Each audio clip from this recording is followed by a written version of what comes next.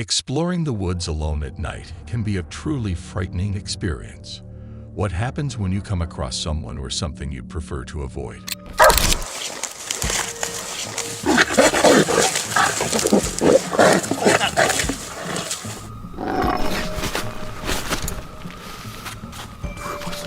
Что-нибудь показалось.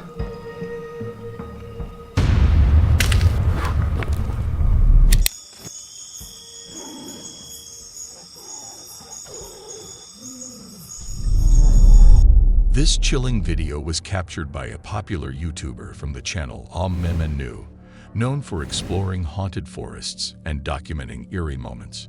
In August 2024, just like on previous camping trips, he set up his tent in a secluded spot, ready for the day's activities.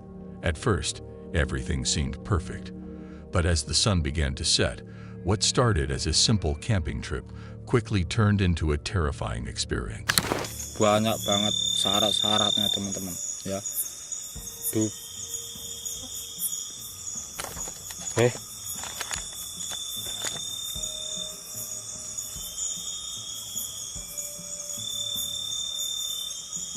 Apa kunang-kunang ya? Ada lampu di situ. Tumpah gending. Stop.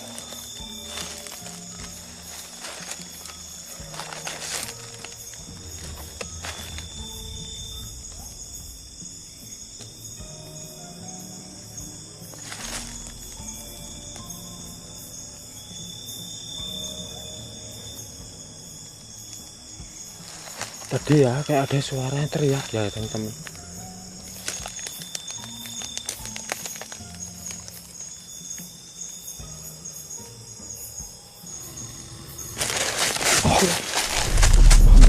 Suddenly, an unsettling noise broke the calm, echoing through the woods. Fearful, he ran to his tent, hoping it would shield him from whatever danger lurked outside. Little did he know, things were about to become much more serious than he imagined.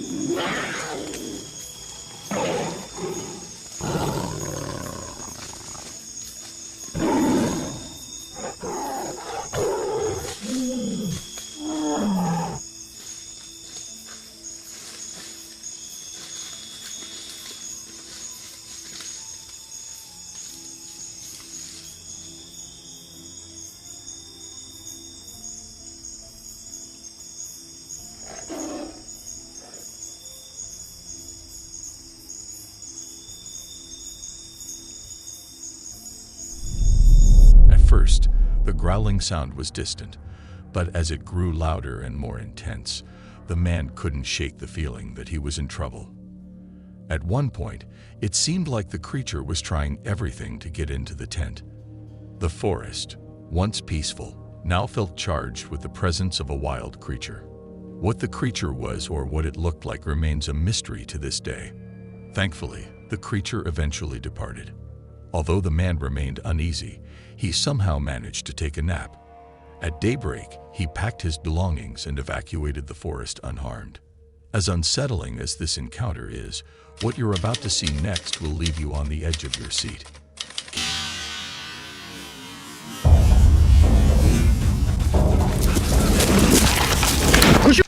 Tim Morozov is a YouTuber known for his channel, where he explores forests and abandoned buildings. However, in July 2023, Tim went on a camping trip with his dog, Kuchin, into a forest that has an eerie reputation for disappearing people. As night fell, he decided to take a nap, completely unaware of the danger that awaited him.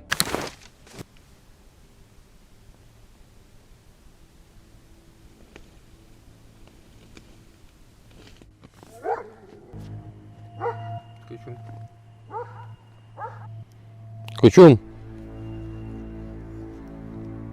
Друзья, я не знаю, что делать. Прошло уже 2 часа, как я зову Кучума. Kuchin disappeared without a trace and could not be found. Tim stayed in the forest for 2 days searching for Kuchin and waiting for it to return.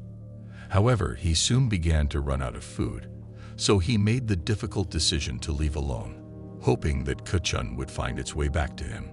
Little did he know that he was about to experience one of the most terrifying nights of his life.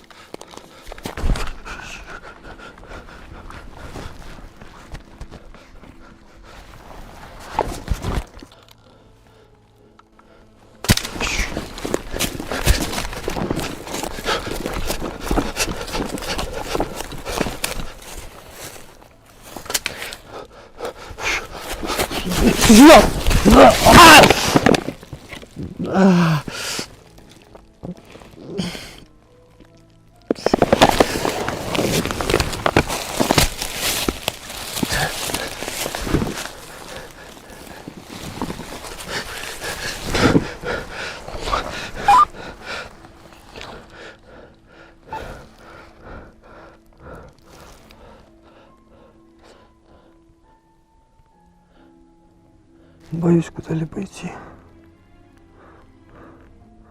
Вообще боюсь двигаться.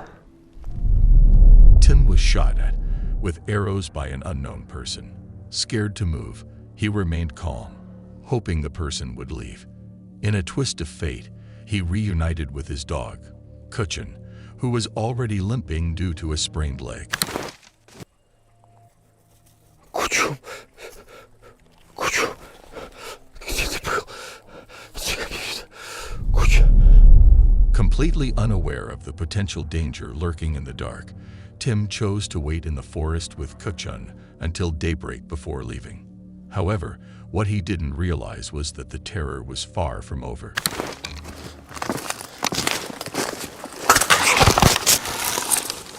Черт!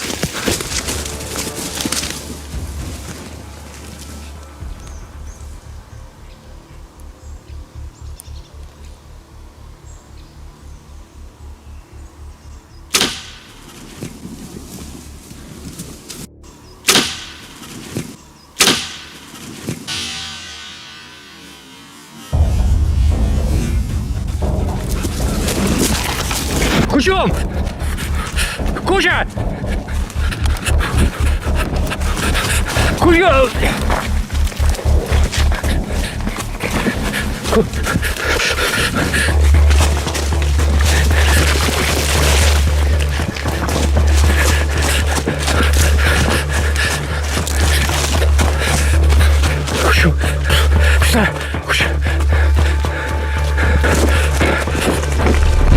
It became evident that Tim and Kuchun were being watched by an unknown stalker, and the identity and intentions of this person remained a mystery. Fortunately, both Tim and Kuchun managed to escape the forest unharmed. This incident left viewers in shock as they debated what truly happened in the forest and why Tim was attacked. In the aftermath, Tim stated that he would send the video to the police. However, to date, there has been no feedback from him. If you think these are the only disturbing camping encounters ever caught on camera, then you haven't seen this one. And cook some food. My missus made a nice there's a dog behind me. Josh is an adventurous YouTuber known for his fun wild camping experiences on his channel, Camping with Josh. However, on the 5th of September 2024, his adventure took a frightening turn. Okay. All right. You guys gonna think I planned this?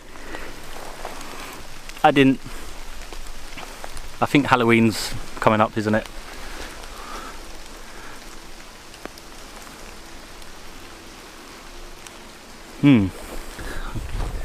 Okay. This is a bit weird. As he found a spot to settle in for the night, an eerie feeling washed over him, leaving him slightly uneasy. Shaking it off, he continued to set up his shelter and gather wood for his campfire. However, as he prepared the fire, strange noises emerged from the bushes nearby. Curious yet cautious, he decided to investigate the area to ensure everything was safe. Just literally sat over there, trimming the wood down, cutting it down how I like it. And I can just hear some mad movement going on in those bushes over there. I can't tell if it's like the rainfall just making quite a commotion, or there's maybe rabbits or deers maybe walking through, or any dog walkers or whatever, I don't know. Bit spooky. It'll be just the rain anyway. I don't know why I let these things play on my mind sometimes. It happens, you know, guys, it happens. Literally, camping out solo is a wonderful thing for many reasons. But sometimes your mind just plays tricks on you. Convinced there was no danger, Josh reassured himself it was just his imagination and returned to his campsite. But the mysteries of the night were far from over.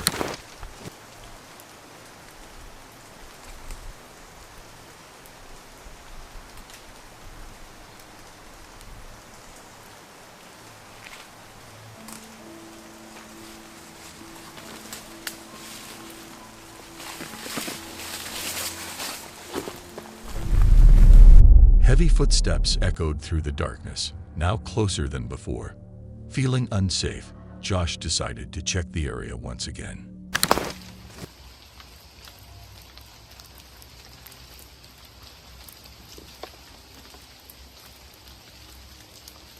I'm finding it really difficult.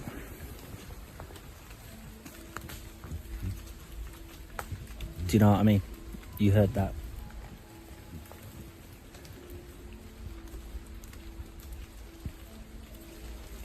And it's really quiet. There should be birds singing. There was birds singing, and I've just noticed they've just stopped singing. Do you know what I mean? Why wouldn't they be singing? I'm finding it really difficult to focus. Lovely little spot. Lovely food to be cooked. A night under stars. I heard some really heavy movements in the bushes, and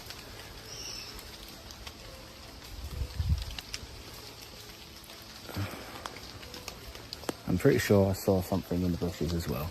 As I was standing still, there was this movement there.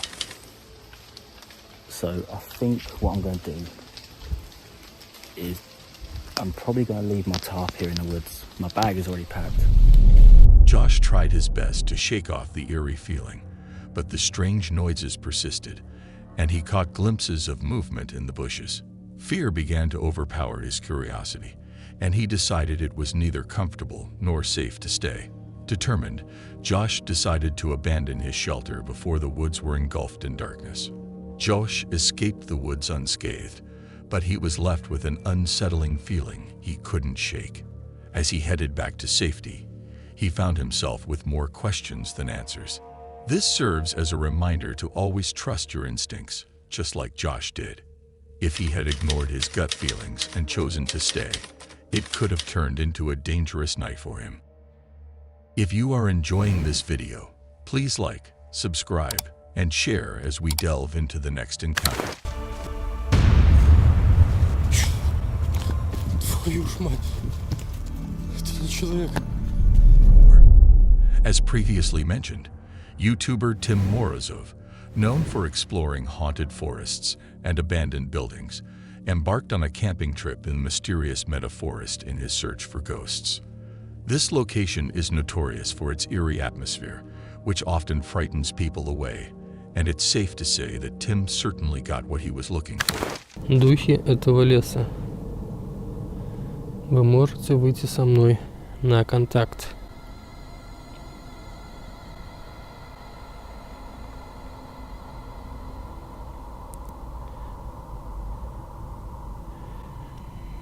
Духи этого леса.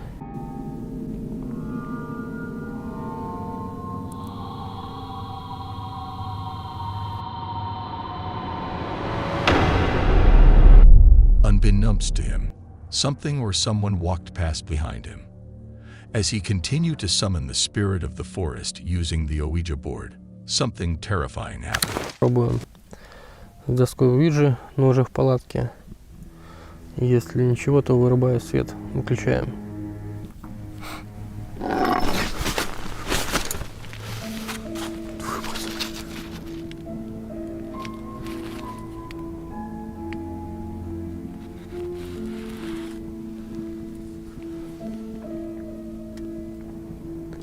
Стакан дернулся.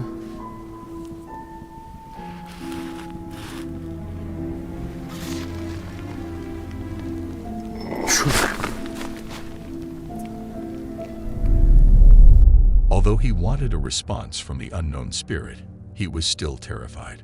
What he didn't know was that this was just the beginning of a series of spooky events that awaited him. Духи этого леса. Вы тут?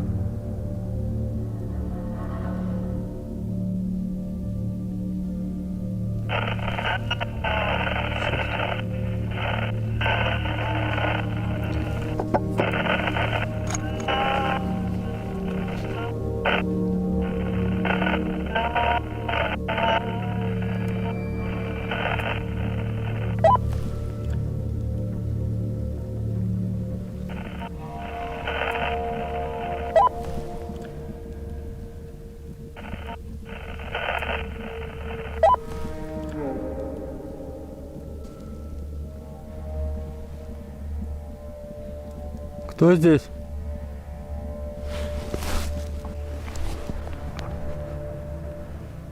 Рация шатается.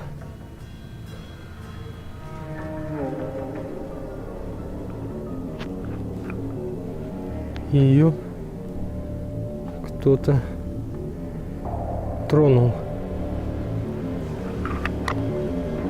Тут есть кто-нибудь?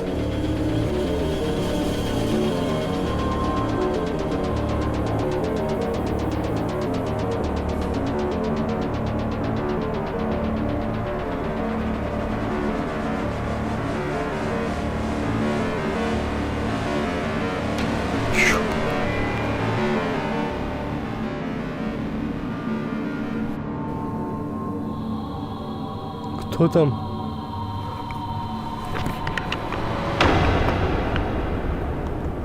Твою мать.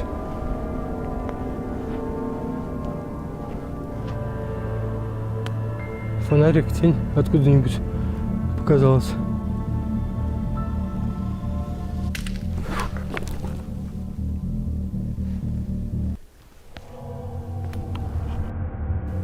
Может, это фонарик, тень откуда-нибудь показалась.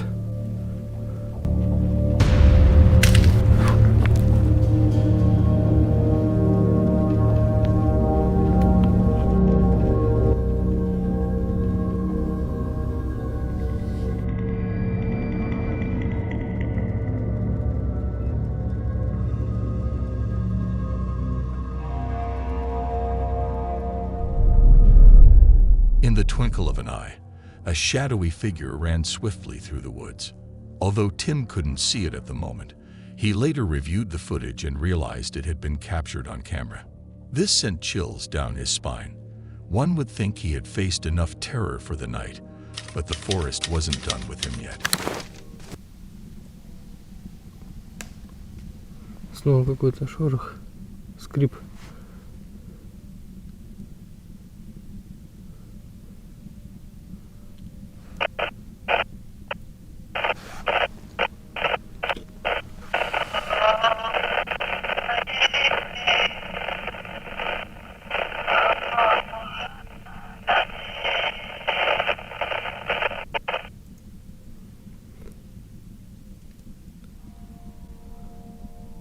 Сказала, уходи.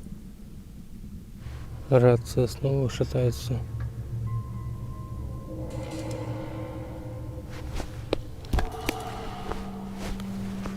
Сейчас проверю ее на Эми.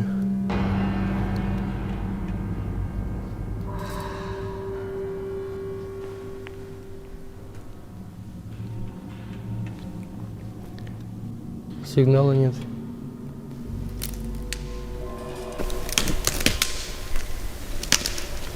Кто здесь?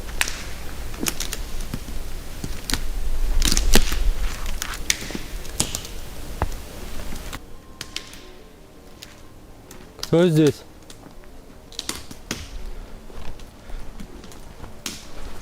Кто-нибудь?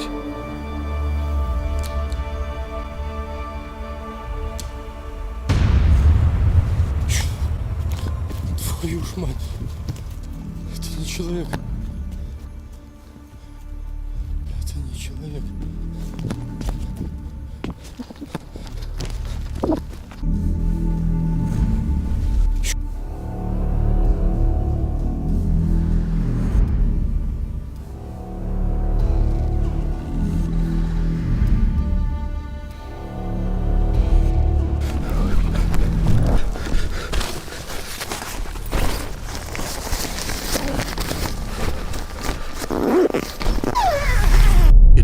Evident that something or someone was lurking in the woods. Overcome with fear and panic, Tim ran to his tent for some shelter, but the eerie atmosphere of the forest made it impossible for him to stay even for a moment longer. Fearful of the unknown, Tim decided to pack his belongings and leave the forest that night. One thing was certain: this was a night he would never forget. If you find this disturbing already, let's move on to the next video. You hear that?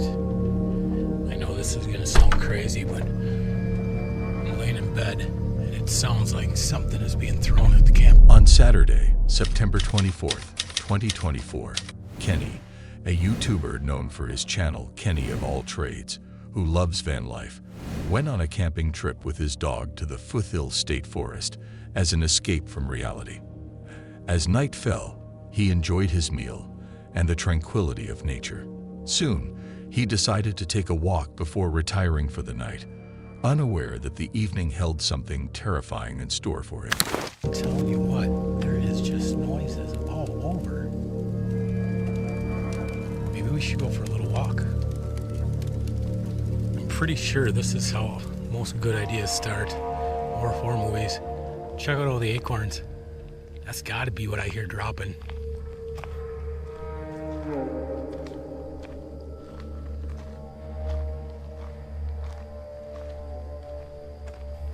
I think we'll just go down the road a little ways.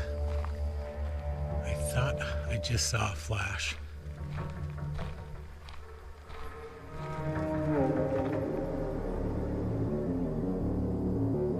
Man, all kinds of noises.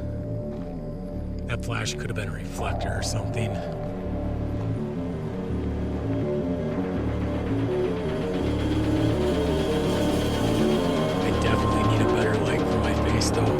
This isn't working at all.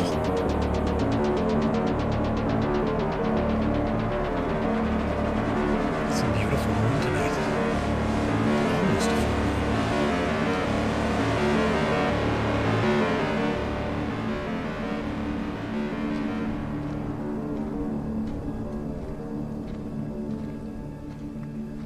Well, now I'm starting to get bats darting around the light.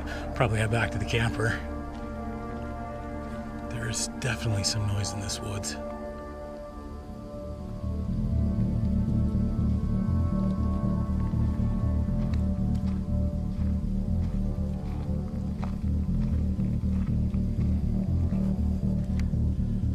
Made it back home. He was taken aback by the eerie silence and strange sounds of the forest.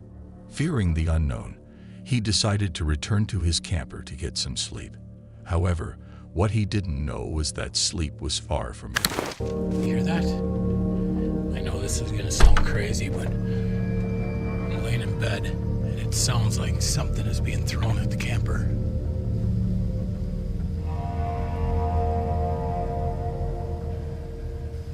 It must be acorns dropping. It's like 3 a.m. I gotta go to bed. See what I'm talking about?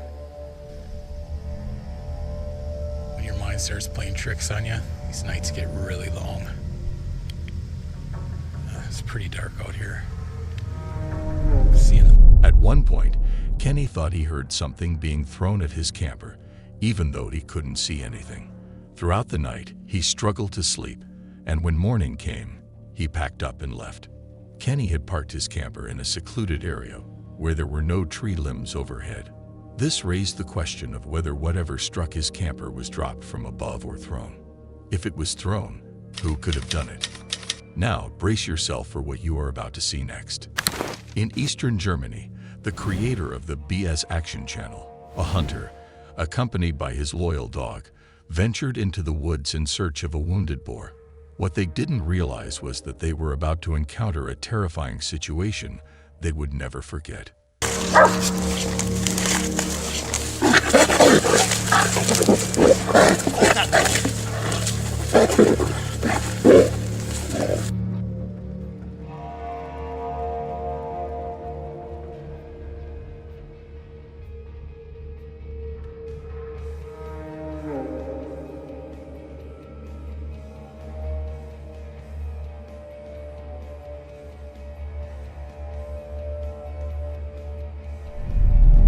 The boar attacked them, nearly injuring them, but the hunter managed to regain control of the situation with the help of his brave dog.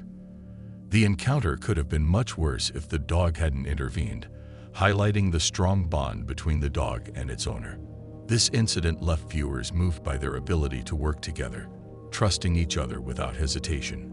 Truly, this is an encounter the hunter will not soon forget. When you travel deep into the wilds, you might not just find nature. Sometimes it finds you, with all of its horrifying secrets. January 26th, 2024 marks the dark day when a stealth camp went wrong. In the dead of night, the camper went deep into the snow-covered forest, determined to set up a stealth camp far from the hiking path. The ground was soaked, and distant echoes of nature added an eerie atmosphere to his trip in isolation. Ow. Son of... I don't think I'm going to be able to get a fire going either.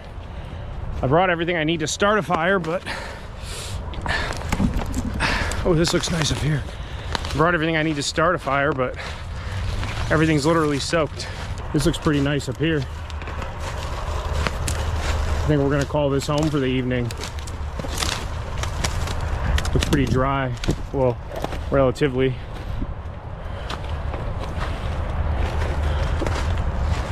What do you know? This looks like a tent or a tarp. That kind of sketches me out.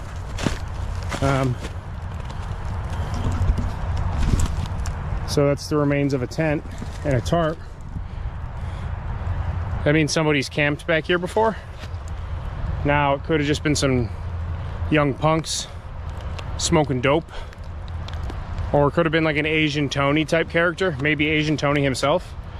That kind of sketches me out. I don't like the vibe I got seeing that. That gives me a weird vibe. Super weird vibe.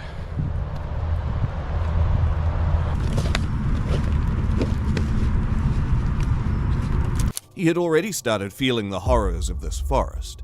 The campsite was tucked between trees, with a tent placed in between these trees. But from the very beginning, something felt wrong. Somebody just walked by. I don't know if they had a dog or not, but they definitely didn't see me, but I could barely see them. The tent does not sit high at all. I've been sitting on my belly case.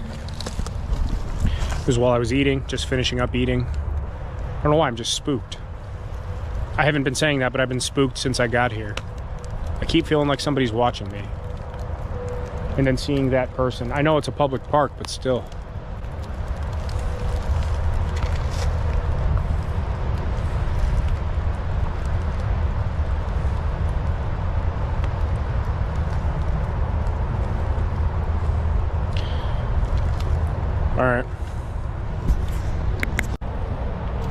All right, well, darkest hours of the day. I'm pretty much settled in. Everything's organized, put away. Gonna take the Pelly case inside with me. As the camper tried to relax, an uneasy feeling grew stronger. It felt like someone was watching from the shadows of the forest. Faint footsteps echoed in the frozen roots, and whispers seemed to come from nowhere. Someone was moving at the edge of his sight, and the thick fog made everything feel tighter. He was frozen in fear at this moment. I don't know, I just have this strange feeling back here. Somebody else walked by. I don't think they saw me, but they were close enough to where they could see me. Even with the low light now and this fog, it's kind of just like a shadow creature thing. Obviously it was a person, looked like a dude, but yeah, I don't like that. So it's very eerie out here.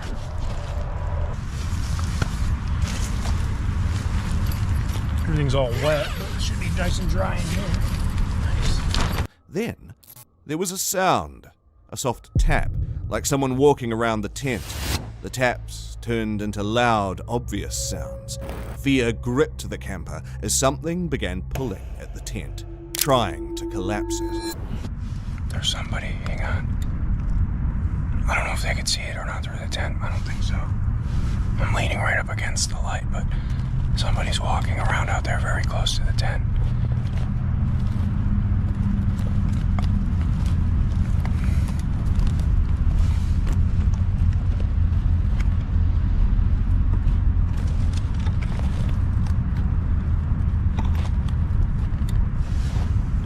Somebody's out there. I don't know if they're coming this way or just walking around out there. I can't tell. Somebody's definitely walking around out there, though. Hang on. I don't want to leave the light on in case they could see in here. I think the fly is thick enough that they can't see the light, but still, I'm leaning right up against the lantern, so you can only just barely see my face.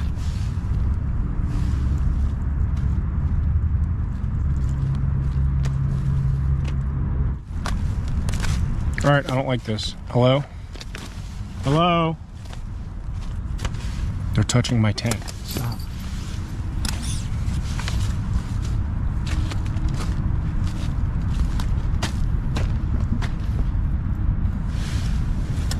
They're right outside the tent. Hello? I'm in here. Hello? Hello? Hello? Alright, I'm getting the f out of here. Hello? Hello? I don't know what the f this is, but we're getting out of here. Hang on. Hello? Okay, they're walking away now. What do you want? What do you want? I have a knife. Where's my knife? They're f***ing with me. They're f***ing with me here. Holy crap, get away, what do you want? With his heart racing, he crawled out and tried to look who was doing this. Stumbling over roots and rocks, the fog grew heavier and heavier. He was just able to see their shadow. Each step was harder, the air colder. But finally, the camper found a path and ran towards safety. I hear you. All right, I don't know which way to go. How the hell do I get out of here? All right, I don't know how to get out of here. All right, this is how the do I get out of here? Hang on, let me see if they're... Stay away from me! They're coming behind me. I don't know what they're doing. They could just be around. I don't know. I don't know where I'm going. They're at my campsite. I see them. I see you reflecting off my tent. Leave my shit alone! All right, I'm getting out of here. You can have it. How do I? Which way? Here. Okay. Ah. He was soaked, scratched, and trembling. What had once been a peaceful gateway now felt like a waking nightmare. The camper swore never to return to that dark, haunted place where humans following him were far more dangerous than ghosts. Ow! Ow! Ow! Oh, I'm soaked. I'm soaked. Oh God. It's the fourth time. I swear, if I had a firearm, I probably would have used it by now. Oh my God, my nerves are shot. Adrenaline. Oh my God. Oh my God.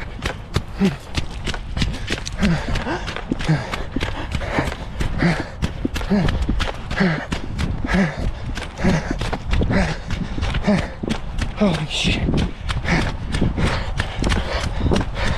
Oh man, I hope my phone isn't drenched. My phone is soaked. My phone is soaked. I can't run anymore.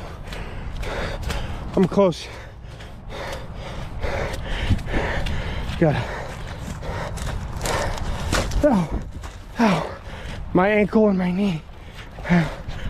With this disturbing encounter coming to an end, let's move on to our second piece of footage. On January 4th, 2023, in Kent, the United Kingdom, this girl decided to camp there in Deering Woods near Pluckley.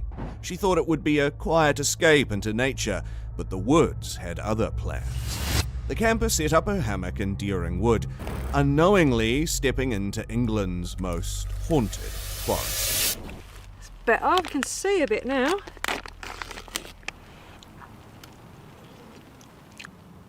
Oh, bollocks, that's a meatball. You only get a few in there. Alright. Don't judge me, there's only about 4 in here. Maybe 5. You can't waste good balls. Anyway, not bad at all. Could have done with a bit more in it, mind. Now pudding is not that glamorous either. Can you see that? I don't know if you can see. A Cadbury's Pot of Joy. Yogurt, basically, chocolate yogurt.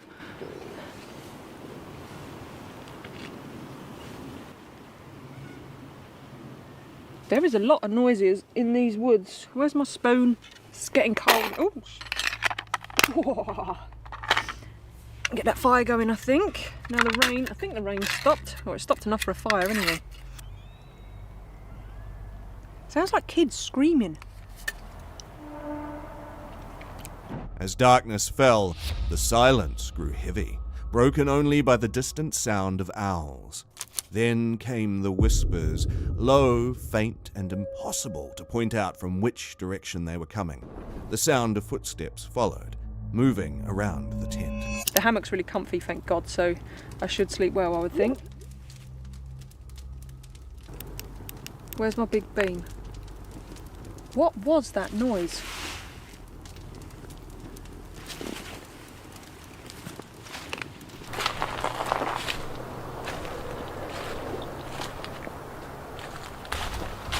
This is definitely odd.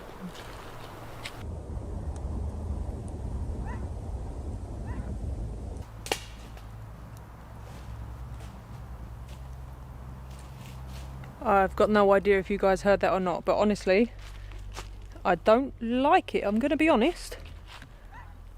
It's not deer. Like, I know what deer sound like. I've spent so much time with deer.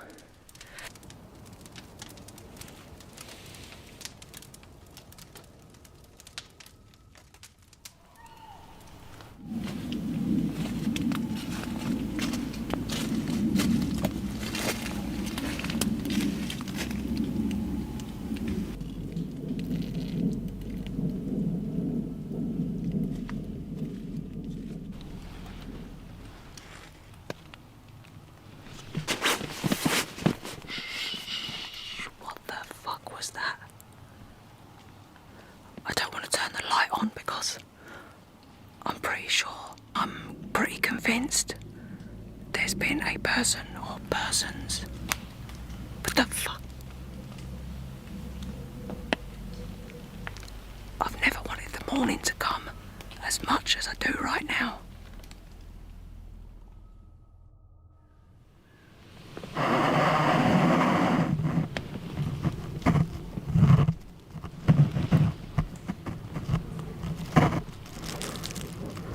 Frozen with fear, she tried to dismiss it as animals, but the weight of unseen eyes watching her was undeniable. At 3 a.m., she heard a scream from deep in the forest. It wasn't an animal. It was human-like, but twisted, filled with pain. I didn't want to turn the light on earlier because I swear to God that was footsteps. That's just the house though. This is definitely the scariest night I've ever had in a tent. I'm sure I can still hear footsteps. And trains.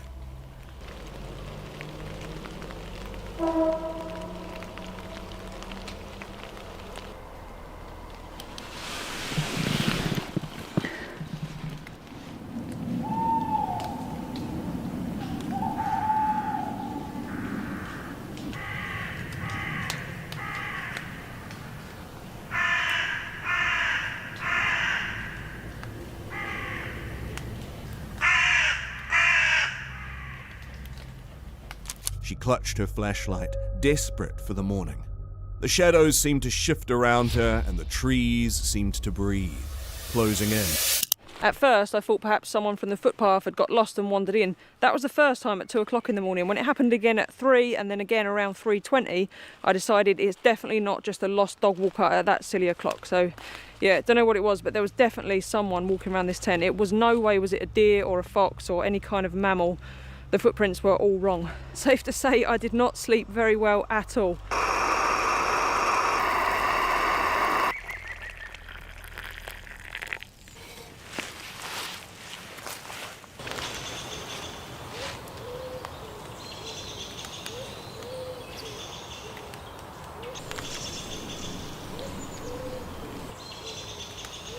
By dawn, she packed her camp, shaken to her core. Daring Wood, with its eerie history, had lived up to its name, Screaming Woods. She left vowing never to return. The chilling experience burned into her memory forever.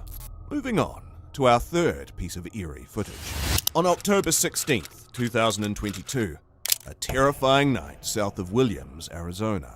In the pitch-black woods, 12 miles south of Williams, Arizona, a solo RV camper was shockingly awakened by a chilling scream, a woman's voice crying for help.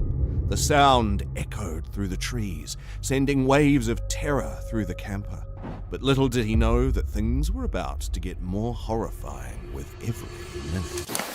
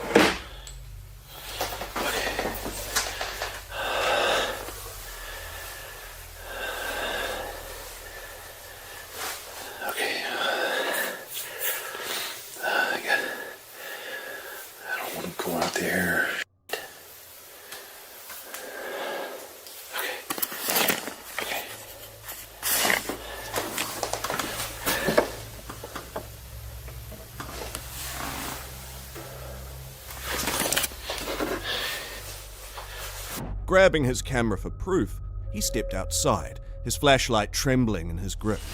The scream grew fainter, but something else caught his attention, a shadowy figure wandering among the trees. It was a man, watching him silently.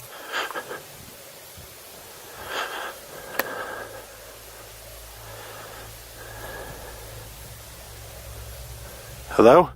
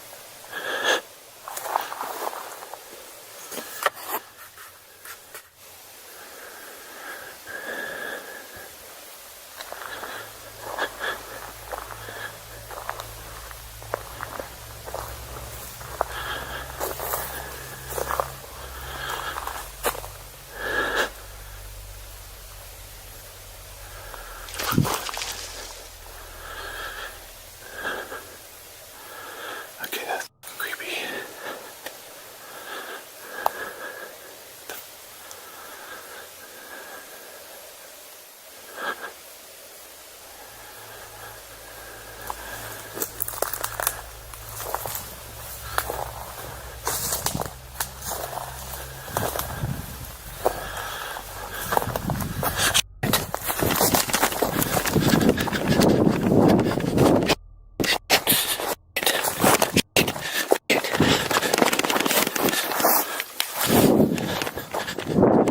All in an instant, gunshots rang out, breaking the peace of night. Panic overtook him as he ran back into his RV, locking the doors and locking himself inside. The quiet didn't last long. The man outside began prying into the underbelly storage, crawling beneath the RV floor, trying to get in.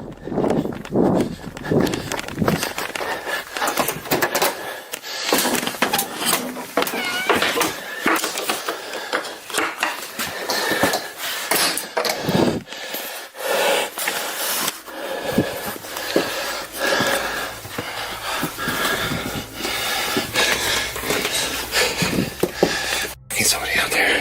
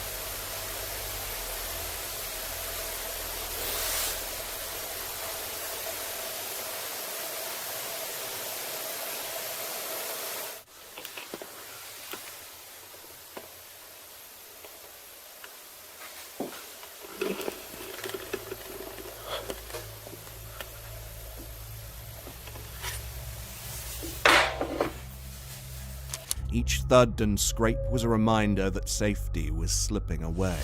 The camper held his breath, clutching a makeshift weapon, as the intruder's shadow was getting closer.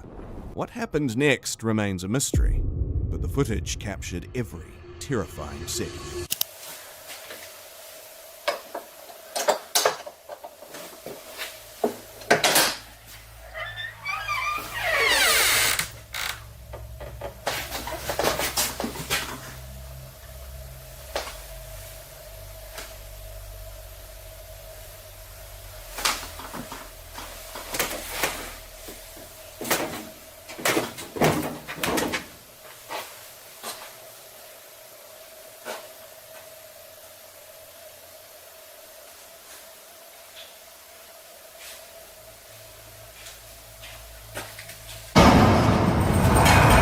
this footage still haunting our minds, let's move on to our fourth video.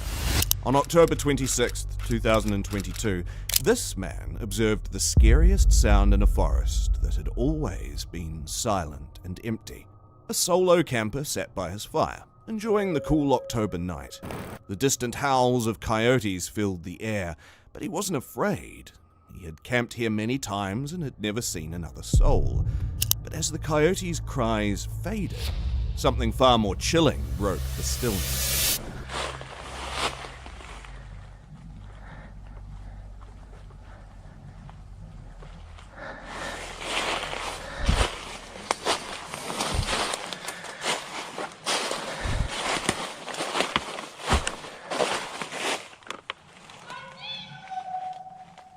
Oh, fuck.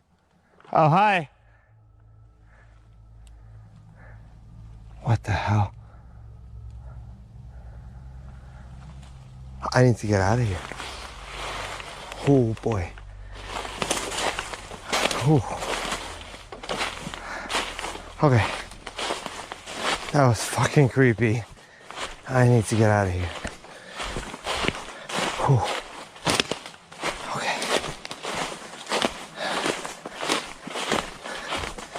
Talking about which Blair project. A strange, haunting voice echoed through the trees. It wasn't human, but it wasn't an animal either.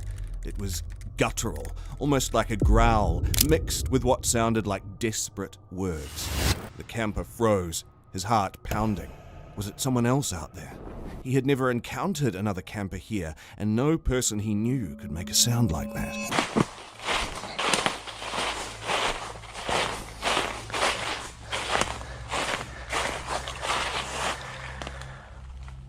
Okay, I need to get back to camp.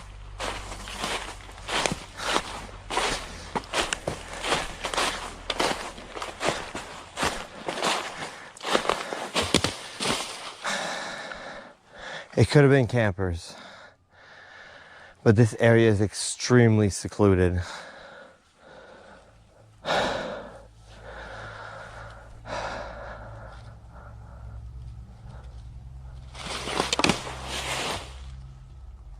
I need to get back to camp.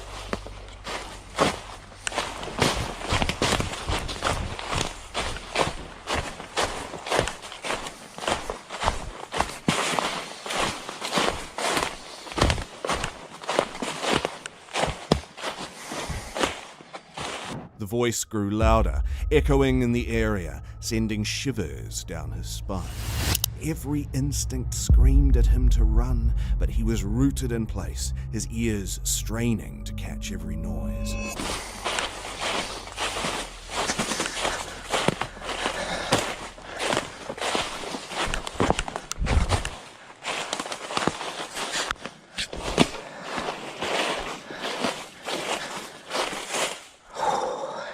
Okay, it's extremely important now that I don't get lost.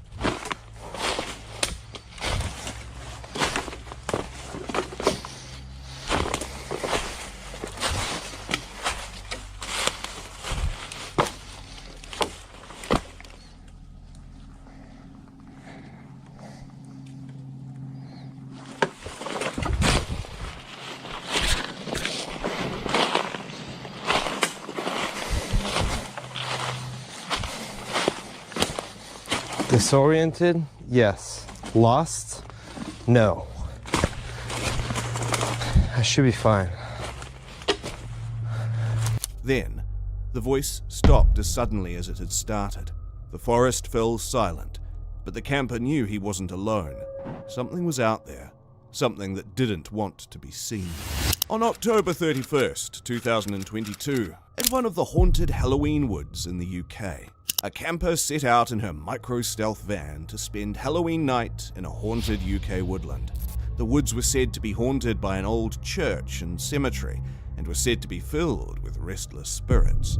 He arrived later than planned, just as the last bit of daylight vanished, and decided to explore the area after making a quick meal. But this was about to turn into a night of horrors. With this light shining in my eyes. So this is coming into the woods now. And on the left is the little church house.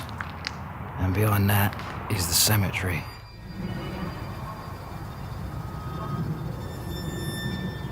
How old are some of these then? 1908. Oh, wait a sec. There's 3 people in this grave. The size of that.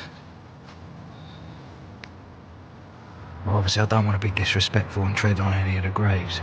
It's quite hard to see where I'm treading around there. Right, so I'm just the other side of the cemetery now. I'm going to go deeper into the woods because I don't think if I was a ghost and I come out of the cemetery, why would you knock about just on the outskirts? Do you know what I mean? You sleep there all day, you're going to want to go into the woods. As he wandered into the dense, eerie woods, strange noises began to echo around him. Crunching leaves, faint whispers, and an unnatural stillness that felt alive. He was barely seeing around with the lights flash. So this is coming into the woods now, and on the left is the little church house, and behind that is the cemetery.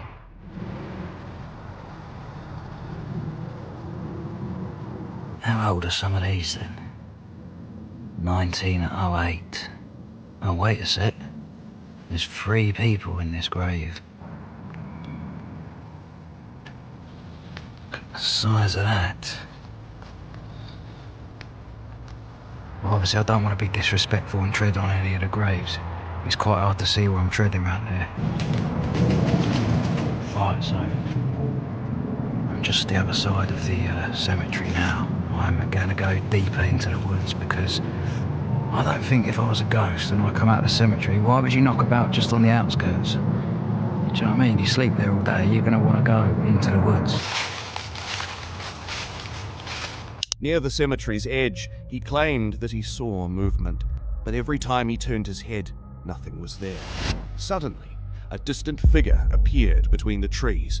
He froze, heart pounding, unsure if it was real or just his imagination. So I've taken a different path this time, and to be honest with you, I'm just sort of winging it. I don't know where. What the hell was that? What's that? I've come up to that bit where the light was just shining.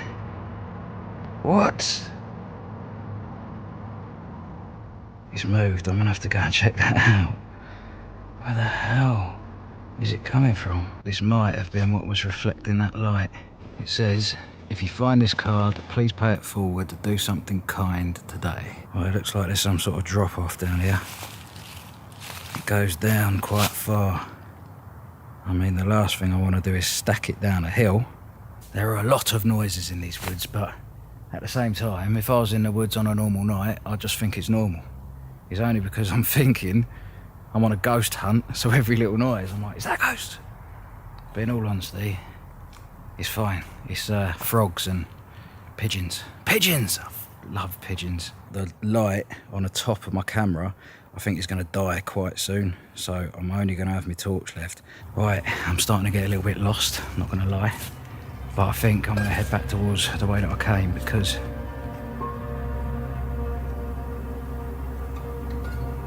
I swear I keep seeing someone. Hold on.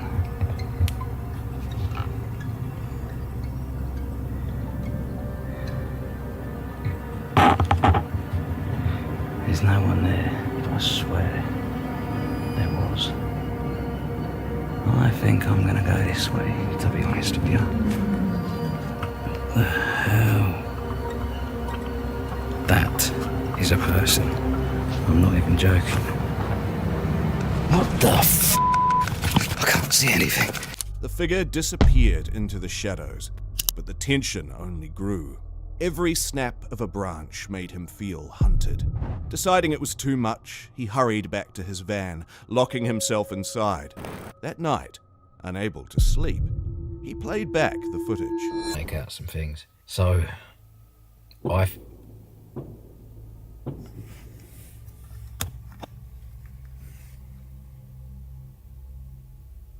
There's got to be fireworks.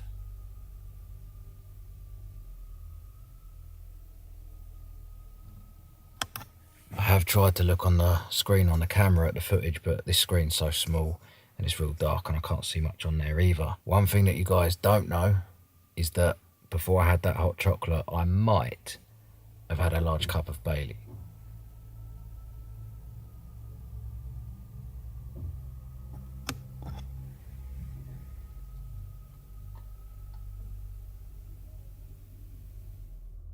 I might have had a large cup of Baileys before I had that hot chocolate, which means I can't drive anywhere, so whether I like it or not, this has to be home for the night. What he saw sent shivers down his spine.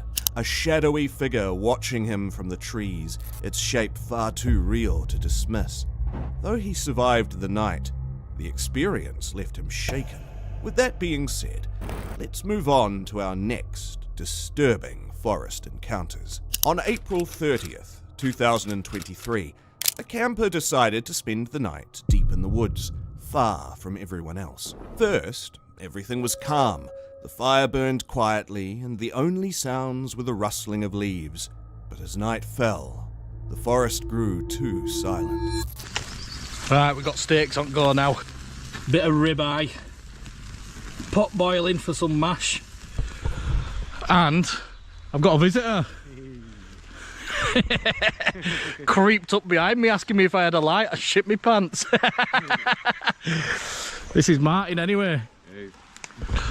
I don't know him, but he's stopping for a steak, so just some random creep wandering about. You went round here in a poncho a couple of months ago, were you? I don't think I was. I could have been. It's possible.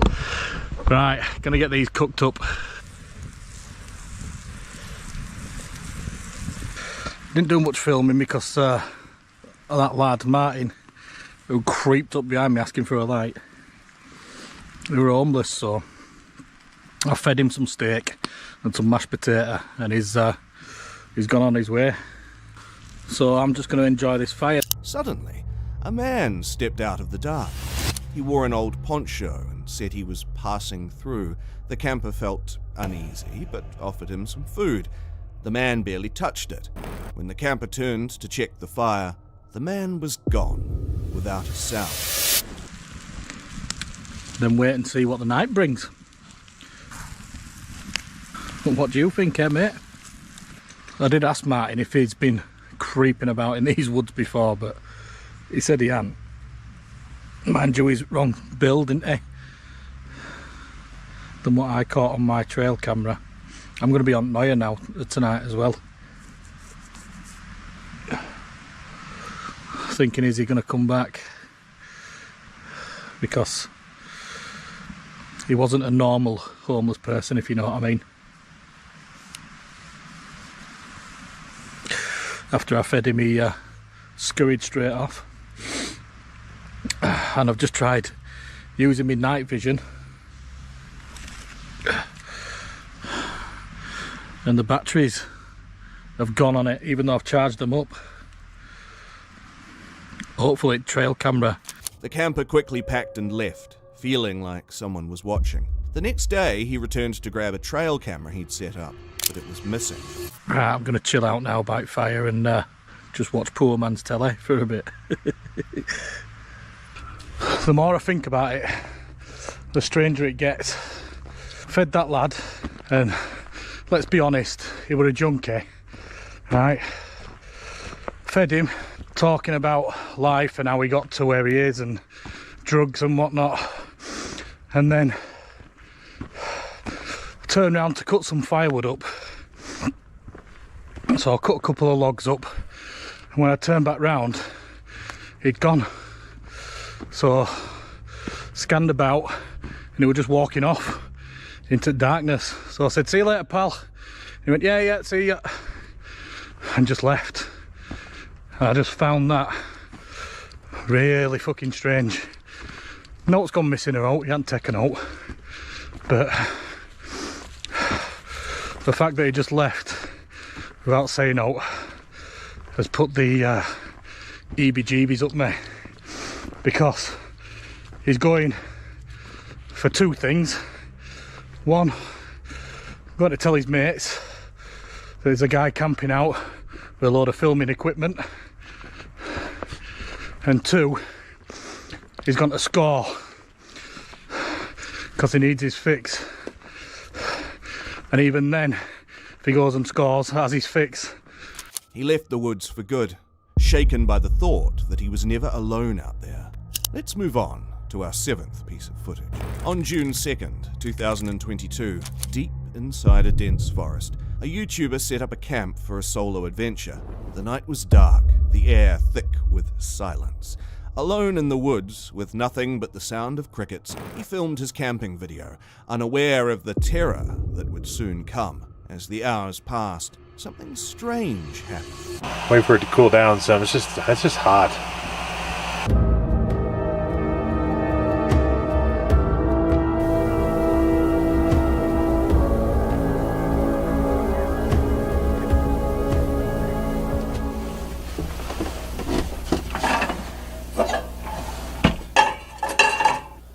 Yeah, I'm gonna make some dinner. I know this is like the worst stuff in the world. Well, maybe not really, but I'm sure it's not 100% healthy for you, but I actually kind of like it. And it sounded pretty good, so I'm gonna make it. I'm gonna get it lit up here. Oh yeah.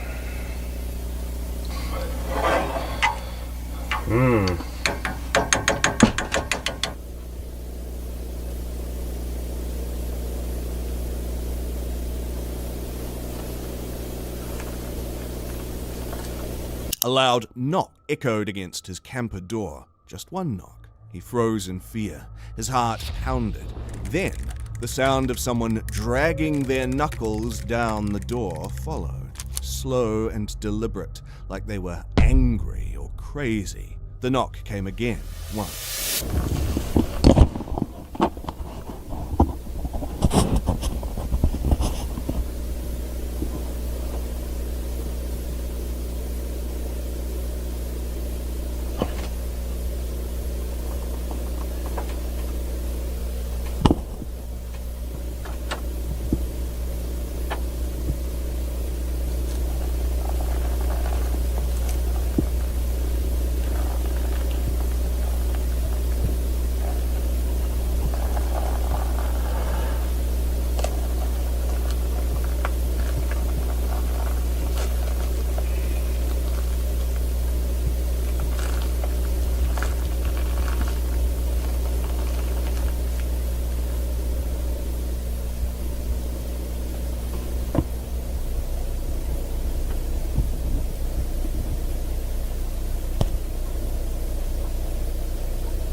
He dared not move, but then he heard footsteps, slow and heavy, moving around his camper.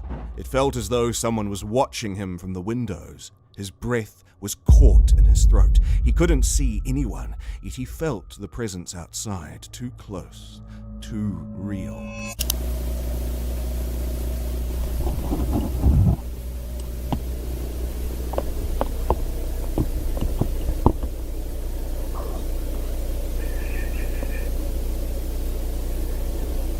Walking around the camper.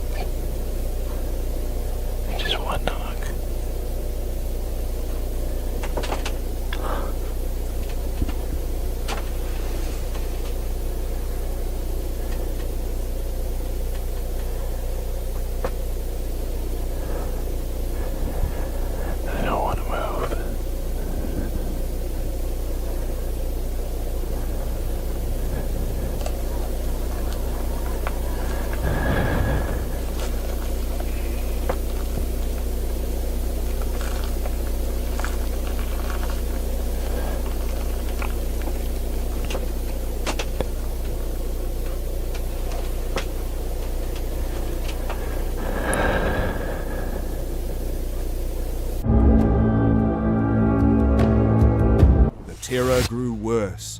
He heard the creak of his lawn chair moving.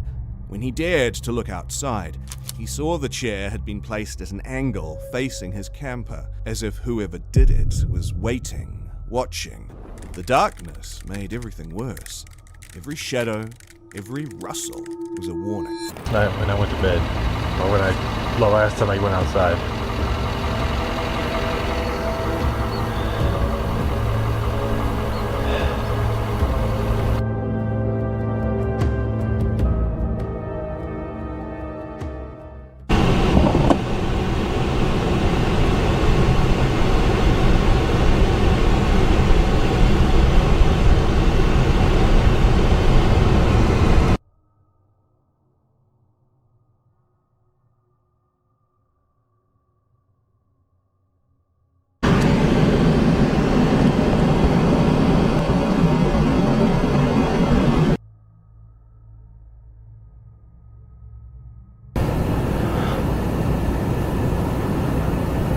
I'm out in the middle of nowhere. Why is there a tent? Like right down the road from where I was camping. By the time the first light of dawn came, he was barely holding on. Exhausted, he decided to leave, heart racing. As he packed his things, he glanced around and saw something that made his blood run cold. What looked like a camp, barely visible through the trees. But it wasn't just that. There, parked beside it, was a truck. Camping. I haven't seen anybody. I haven't seen another person in miles and miles. I haven't seen anybody. And what's the deal with the truck?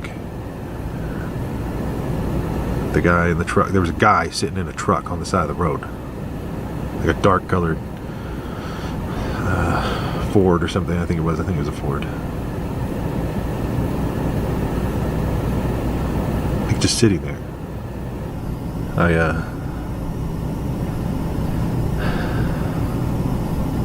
don't really want to mention this, but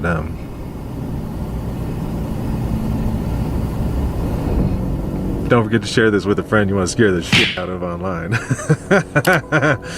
Moving on to our 8th piece of creepy footage. On December 20th, 2021, just after Thanksgiving, Philip set out for a peaceful overnight hike on the Appalachian Trail in Virginia. The woods were cold, the air was silent, and he looked forward to a quiet night under the stars. But as he walked deeper into the trail, things started to feel wrong. Something that was about to turn into his worst nightmare. Hi, Phil here from Hike Slam. Today I'm gonna hike into the woods a little bit here in Virginia and do an overnight. It's the day before Thanksgiving. It's supposed to be cold tonight, but I'm looking forward to it. This is gonna be a lot of fun. Last time I was on this section of trail, it was September, so leaves were on the trees. It was warm.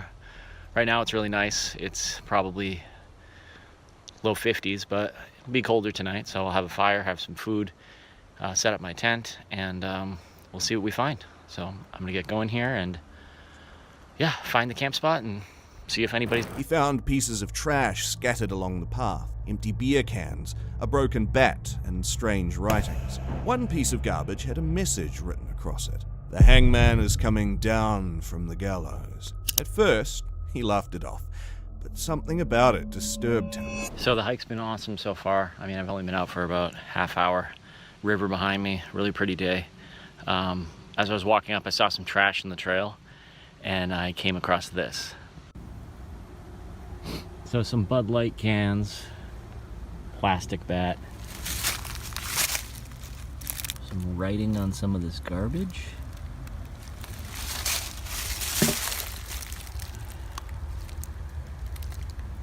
This one, hangman is coming down from the gallows. Song lyrics, other weird things. Oh, hopefully I don't get murdered out here. That would totally ruin my day. Well, let's keep going.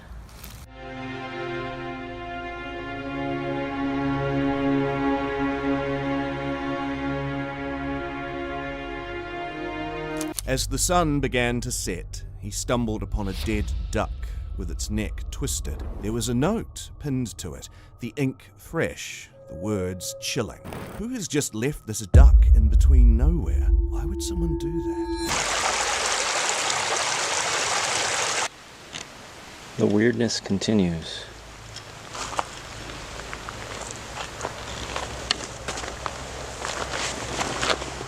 What the hell?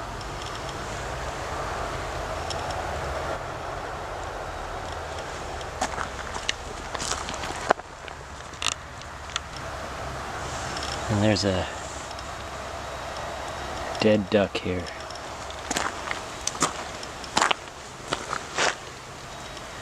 A very long note.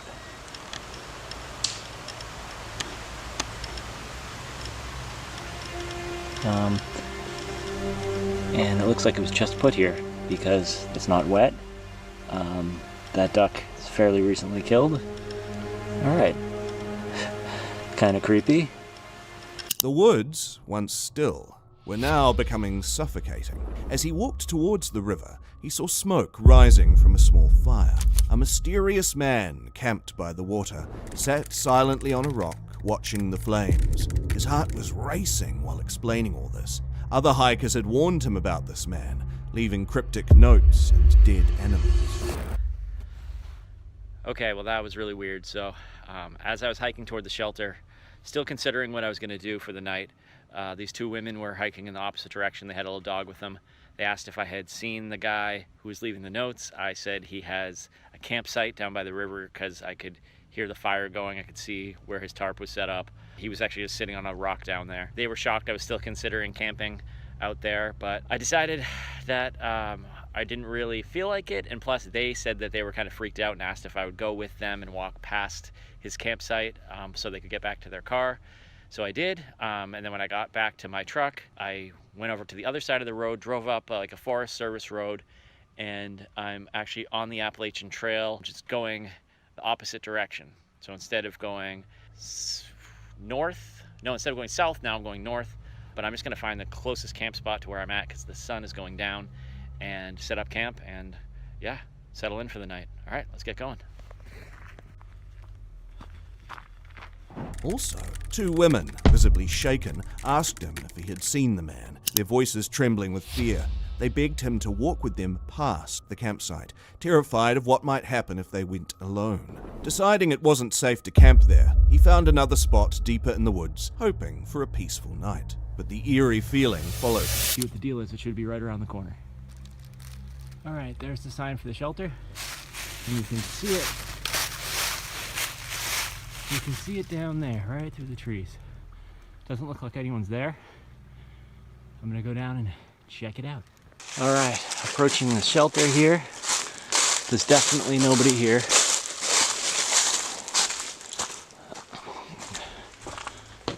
think there's a knit cap there.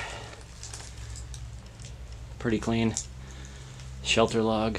Pretty cool fire area there. It's set up kind of like a fireplace, angled toward the shelter for heat, which is pretty neat. I'll have a fire in there in a little bit.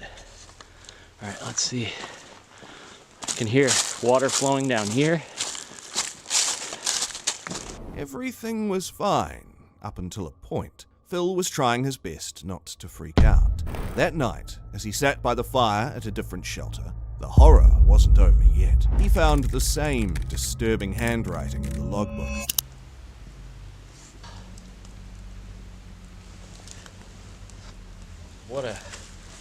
What a crazy day.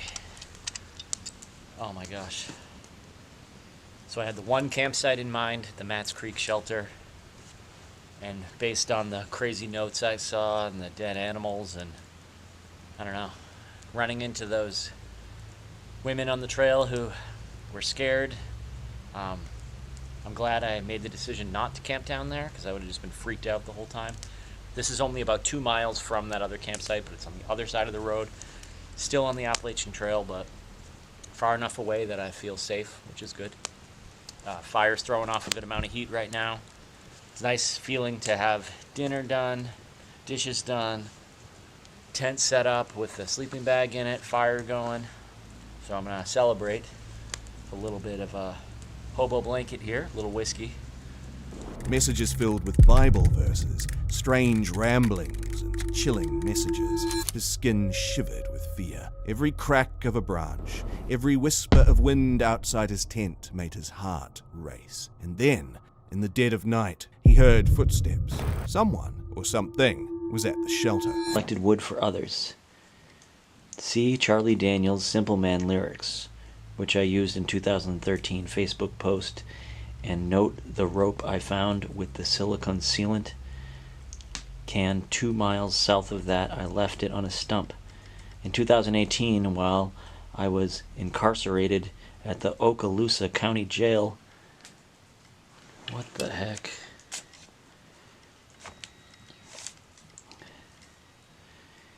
In solitary confinement, I figured the following out. Refer to Isaiah 28:15 through 9. Here in early 2017, Trump, Nebo, allowed Obama to have the special use of the Air Force One for a trip to Palm Springs. This is the same ramblings from the guy that was on the other side of the river. That's kind of scary. Kind of weird. Those women down there said they were going to call the police on the guy. I know it's really hard to read in this light. Sorry about that. Let me move that there. Wow, this is weird. It's just like it goes in one direction, then immediately goes in a completely different direction. And there's just so much of it. He didn't wait to see who it was. Grabbing his gear, he fled into the night. The feeling of being watched scared him. As he hiked back to his truck, he kept looking over his shoulder, terrified that the light from the stranger's headlamp would appear behind him, following him out of the woods. One line stood out. The dead do walk and talk. The same handwriting as the garden. What the hell is going on here? I'm in the shelter. I'm packing up my stuff to go into my tent, and they have these things that they put in shelters a lot to hang your food bag from, so like mice can't get to it. Look at this one. What do you know? Same handwriting as the one in the book, and that garbage on the trail from that same dude. So it says, watch out for yeet mouse. The dead do walk and talk. Like, what the hell is going on? Alright, I'm going to go into my tent now. So I'm in my tent now. Fire's been put out. All my gear's in here. I'm a little on edge. So at first I had to convince myself it wasn't what I thought I heard, but it definitely was somebody down there. So I didn't even wait to see or go down to see who it was, see if it was like a bunch of teenage girls or something. I don't know. I was just like, I am getting out of here. So I packed up all my stuff, and I packed it up very quickly. I don't think I left anything behind, and I just walked past. As I walked past, I did look. It did look like a single guy hanging out in the shelter. He had a headlamp on. All I could really see was the light from the headlamp, so I could have been wrong. But man, it was yeah. So I don't know. I just got out of there, and like that's the thing. It's like it was probably a guy who was out like me, like out and wants to just go camping or spend a night out. Beautiful night. But I wasn't gonna hang around. I don't know. I guess I got scared. But so I decided to pack up all my stuff and hike back. I looked back behind me a bunch of times as I was hiking to see if that light was following me. It sounds silly, but I mean, like, I didn't see the light following me. At first I thought it was following me just because I could still see it through the trees because it's fall and there's no leaves on the trees. But now I think I'm almost back at my truck, and I'm just gonna get out of here and go home. Who would creep out the hikers and campers who are just there to enjoy nature? Were those all notes written by the guy, or it was something else? I guess we will never find out, because Phil decided to leave before morning as well. This was one of the most horrifying encounters a camper could have. This is going to be one of his worst nightmares. He might not be able to camp alone again. Let's move on to our next encounter. On April 19th, 2021, when these campers were sleeping peacefully in their tents, some noises woke them up. No one would have believed their encounter unless it was recorded on the trail camera that they set up around their tent.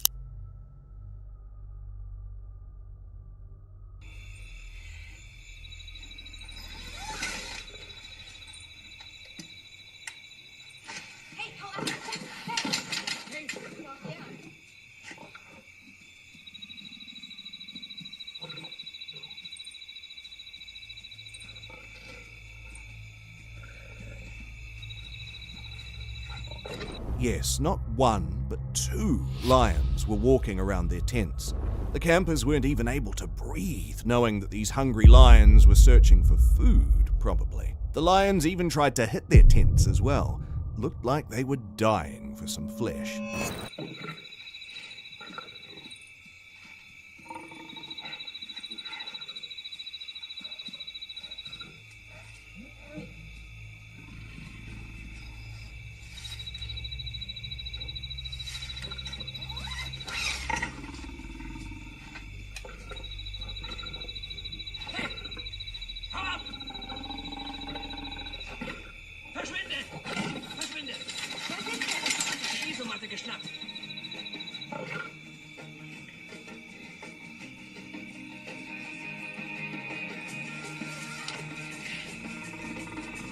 When this man tried to look out if the lions had gone or not, the lion appeared again, this time in full attack mode. Before he could attack this camper, he quickly closed his tent, but the lion was growling in anger.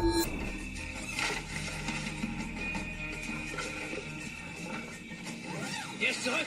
Sind alle wieder da?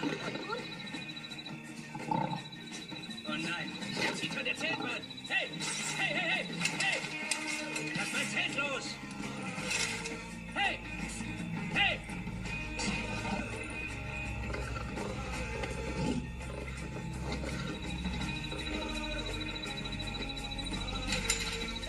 Der lässt sich locker!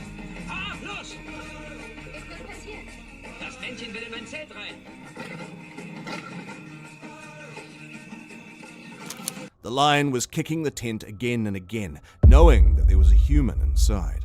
It must be a long night for the campers, as the danger was right over their head. What a scary encounter indeed. He rushed over to the other tent as soon as the lions were gone, but what if they appeared again?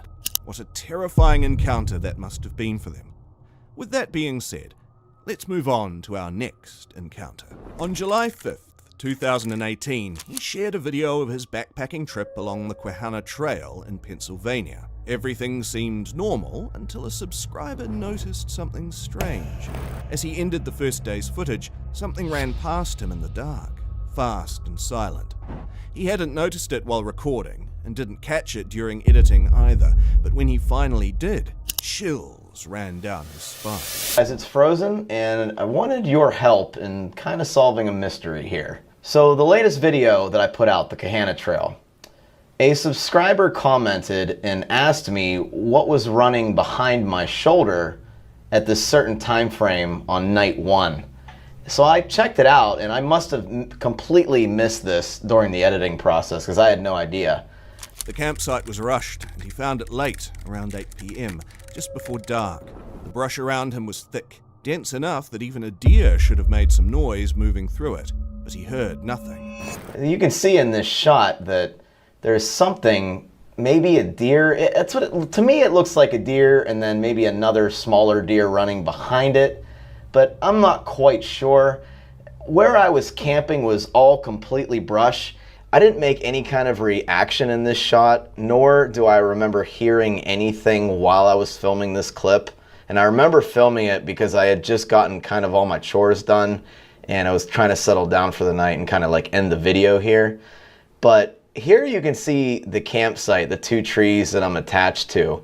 Just to give everyone a general idea of where the shot was actually taken from, I'm to the right of my hammock, pretty much touching my left hand on the right tree in this screen.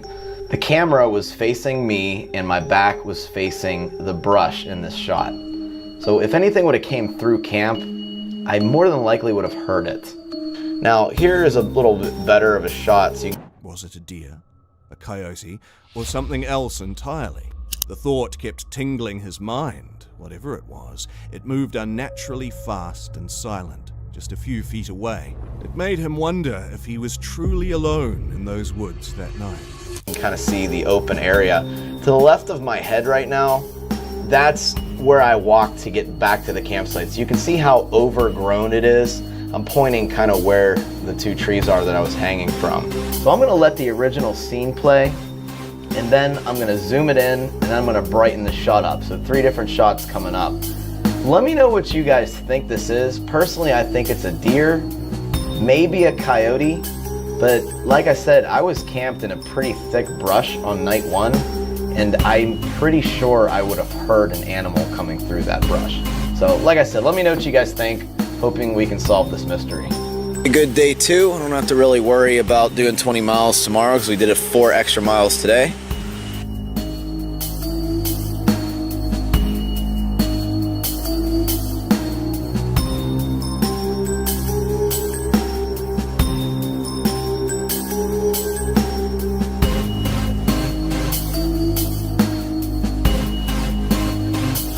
Will he ever be able to camp alone in the woods again?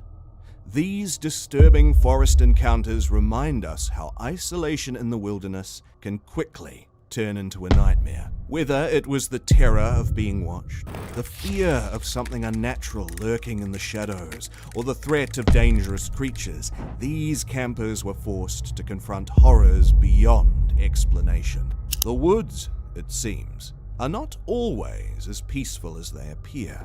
Each encounter leaves us with the chilling question: what truly waits for us in the dark corners of nature? On the 6th of November 2006, some friends went on a camping trip that was supposed to bring back their old memories of hanging out together. None of them had the faintest idea that they would be leaving with the most haunted memories ever. Como la cámara, tío, que es venido detrás. Mira. Es que, tío, yo qué sé, tío, estaban plumas, tío.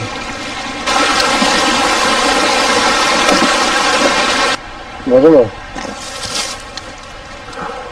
They started noticing strange bodies lying on the ground, but they didn't bother themselves. One of them was sure that there was something around them, as he had heard voices since he had entered this forest. But what was waiting for them was about to make them regret every choice they had made up until now.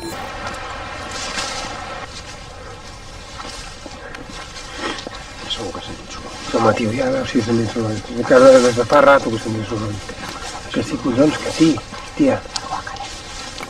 Escolta, em sents o no? You might have seen what looks like a dead body just resting on the ground. It was lifeless, but one of them touched it a little to see if it was real. And it was.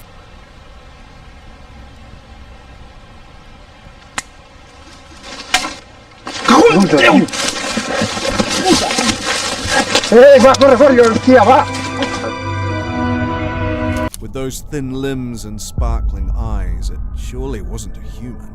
It was some creepy creature, maybe some alien or a ghost or something even more paranormal. They knew what they had to do at this point. Run. Em sents o no?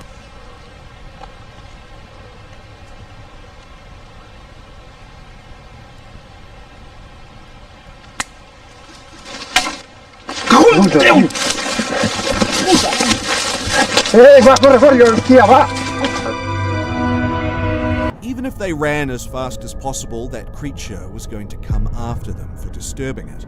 Will you be able to reunite with your friends on a camping trip after witnessing this eerie creature? Let's move on to our next scary camping encounter.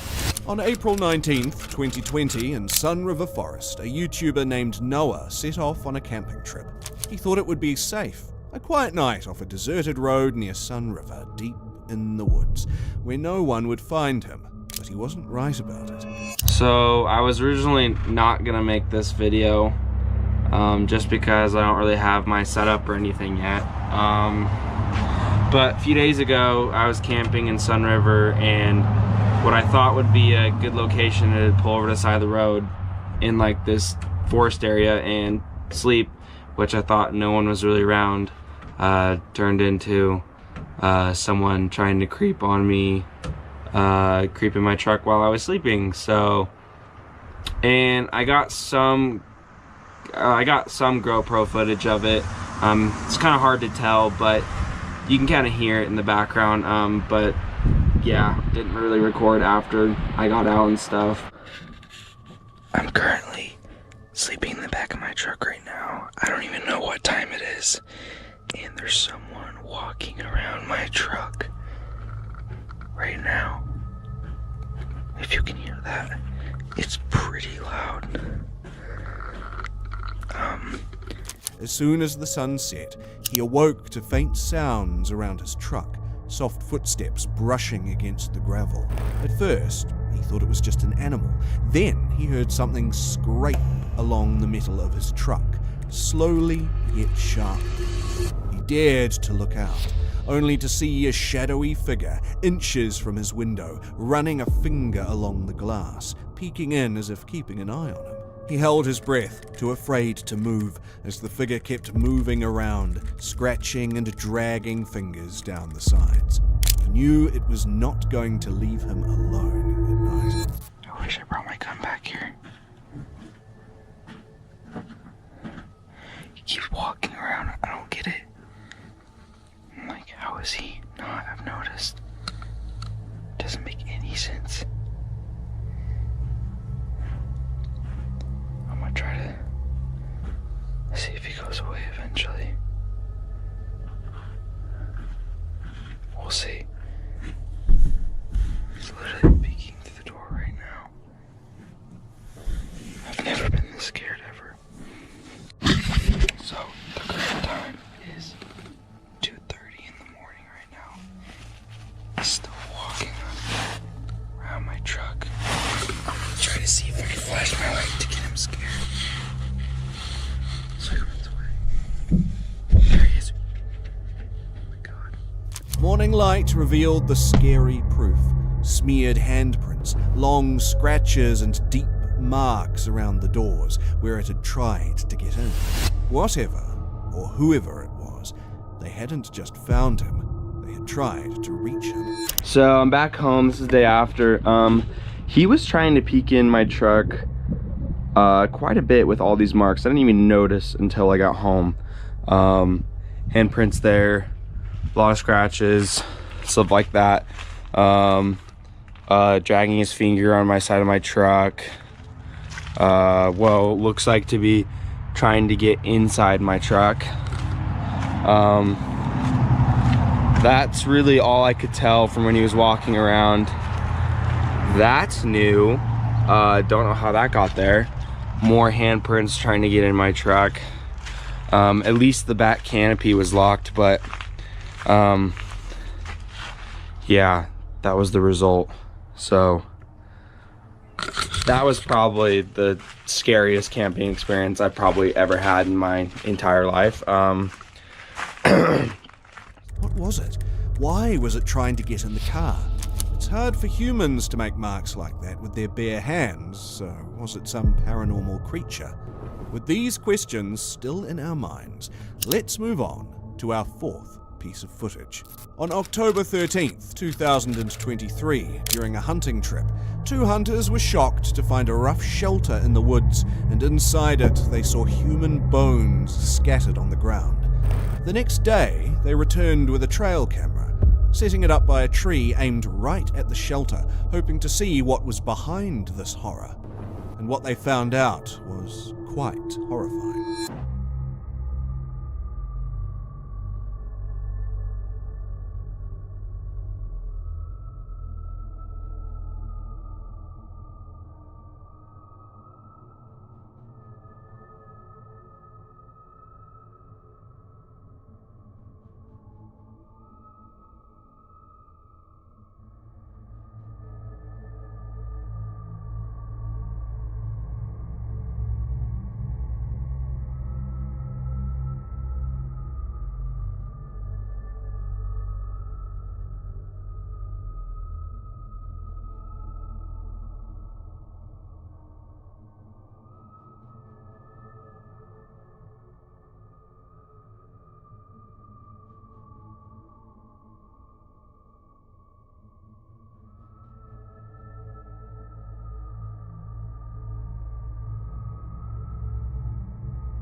The forest grew silent, and that's when the camera caught it. A towering figure emerged from the trees, so tall it almost brushed the lower branches of the trees.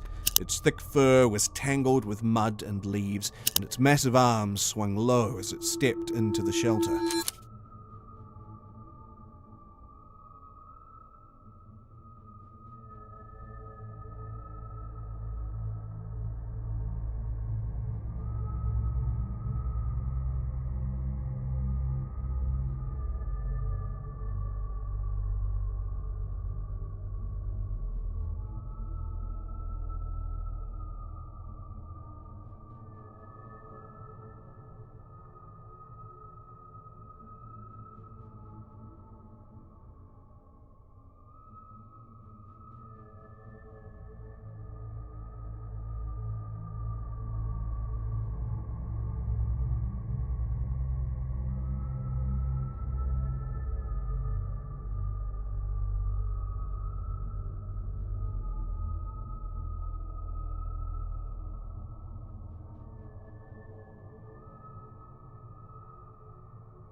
A strange sound echoed through the forest, a growl that rose into a series of strange clicks and guttural noises, like nothing they'd ever heard from any animal before.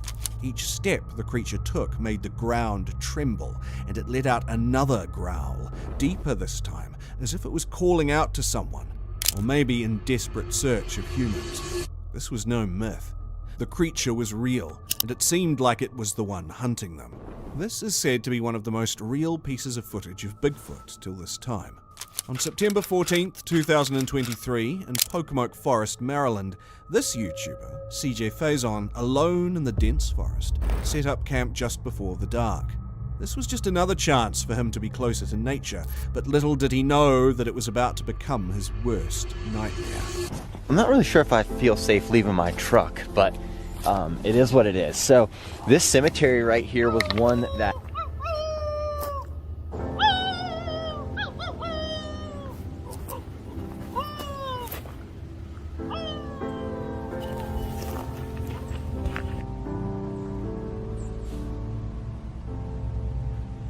Hello? I want to be far enough into the woods in a random spot, so then that way, again, no one can mess with me. They will know that my truck's here, but are they really gonna come searching through the woods for me? Probably not, unless they're a psycho, crazy killer. I don't know. But anyway, guys and girls, let's get going. Alright everybody, I have officially set up tent for the night, or camp, I guess I should say. And it was actually a little bit more difficult than I thought it was going to be. It took me a little bit to find my spot. Then the night fell, and the forest around him became dark and eerie. He tried to make himself comfortable, talking to the camera, trying to keep a brave face, but as he moved deeper into the forest to explore, strange noises began echoing, and those voices didn't belong to any human by any means. He was alone there, or maybe not.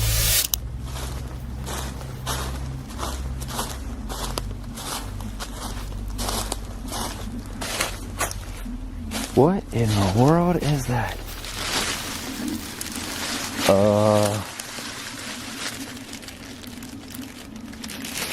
What is that? Somebody's having a spooky ass birthday party out here. A little strange. I only caught it because it's like a little reflective, and that's what caught my attention. So I'm like, let's go check this out. Where was the freaking thing? Oh my gosh. I'm actually having trouble finding. I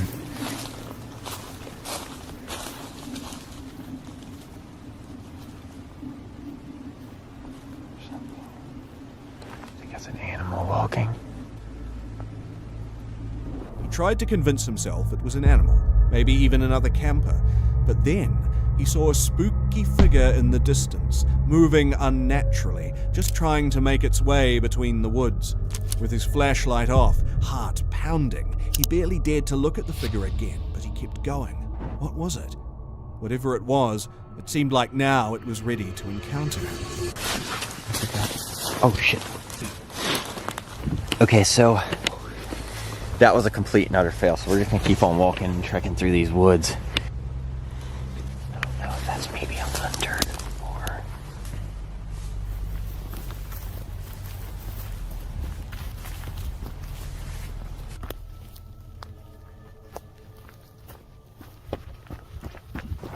So I'm actually thinking this might be a hunter right here. This is kind of... It's kind of been a standoff.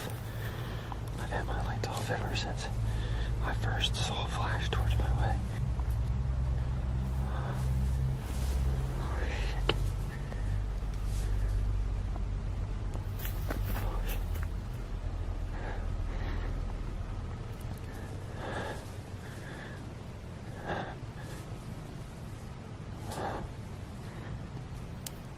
Every twig snap, every rustle felt closer.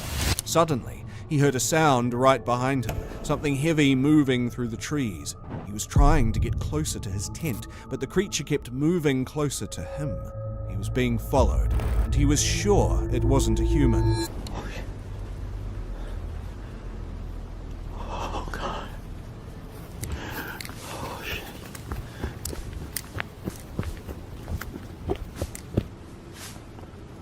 Whoever that person is, they are not a hunter. Because there's no way in hell you just keep looking in the same area over and over. Not this late at night, at least. I can still hear the person. I wish y'all could see it, but my camera won't zoom in.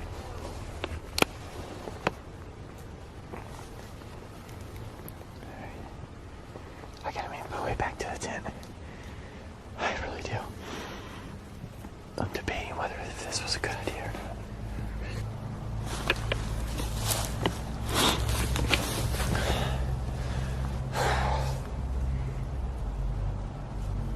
At first, it was just following from a distance, but as minutes passed by, the creature got closer and closer.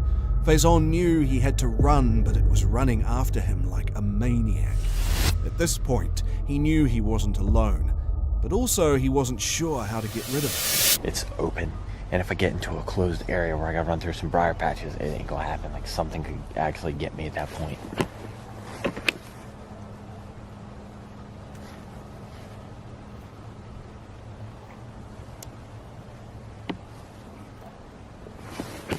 I keep hearing things over here and back behind me. Right over here, or behind the camera, I should say, but...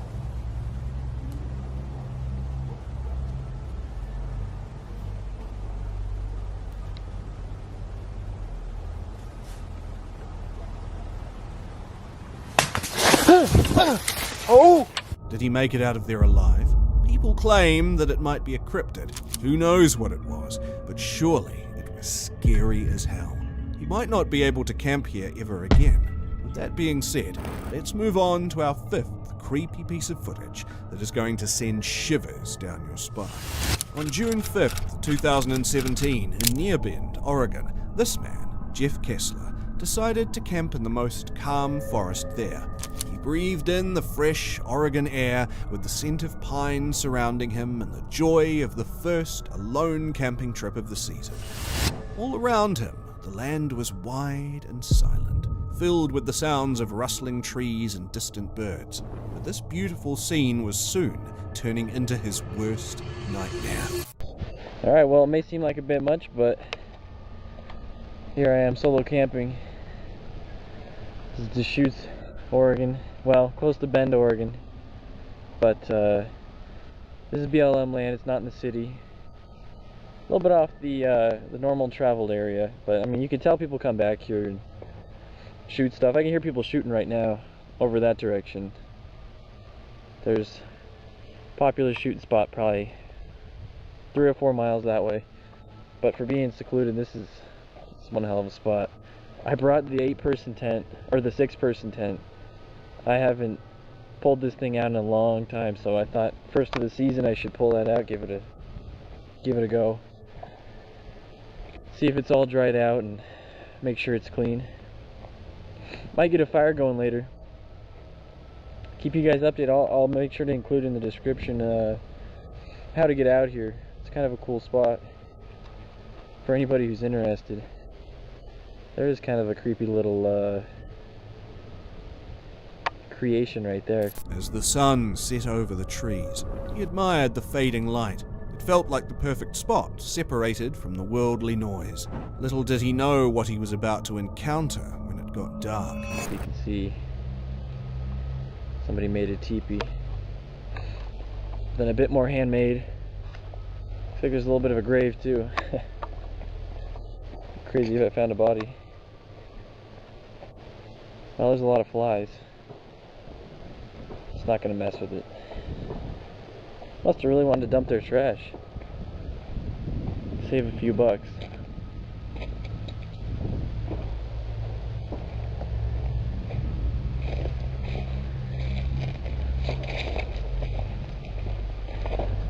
Oh yeah.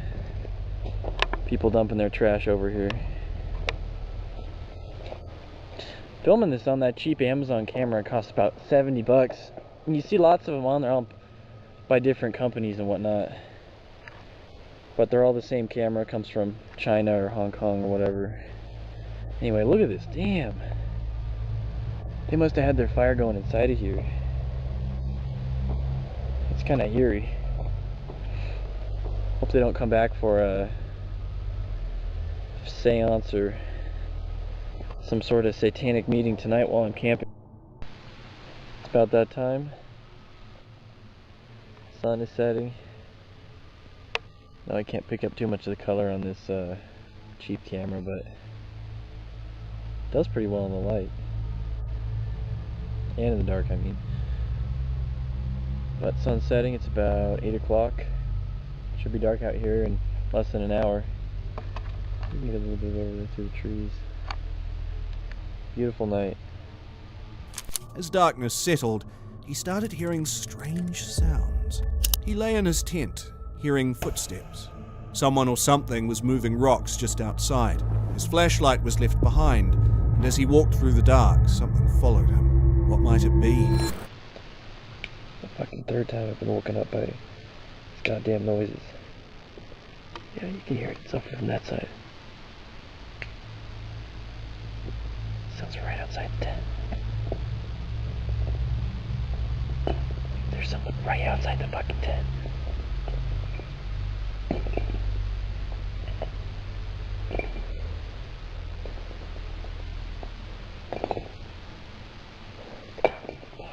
That can't be. That's not a fucking animal. That's someone's messing around with the rocks out there. Jesus Christ. Hey, fucking leave me alone! What the fuck is going on out there?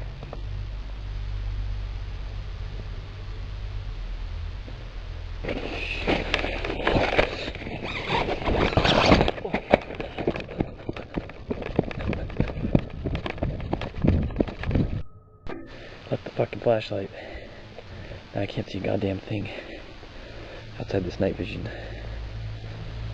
Jesus Christ. I don't know where the fuck I am. Fucking prick chased me off. Now I'm wandering the goddamn darkness. Shit. He was breathless, he was lost, and he whispered into his camera, "Leave me alone." Every sound in the darkness felt closer, as he wasn't alone. Fucking flashlight.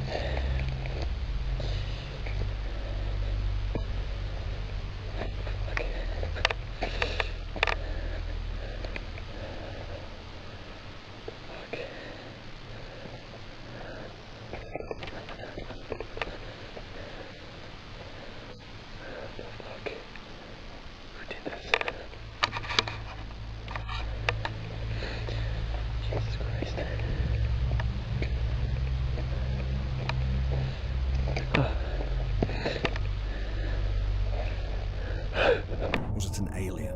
Was it some kind of ghost? What was that? His belongings were found, but he never returned. His last moments, a chilling mystery called attack.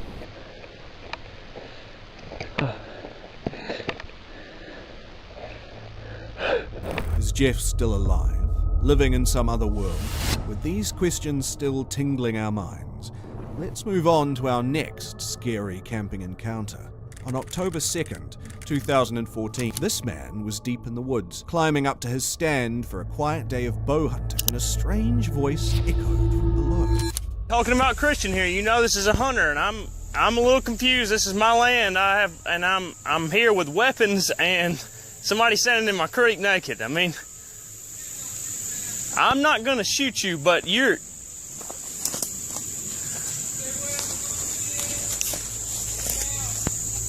What?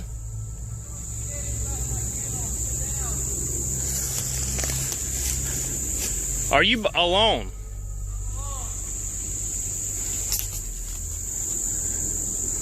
If I see somebody else, this will not be good.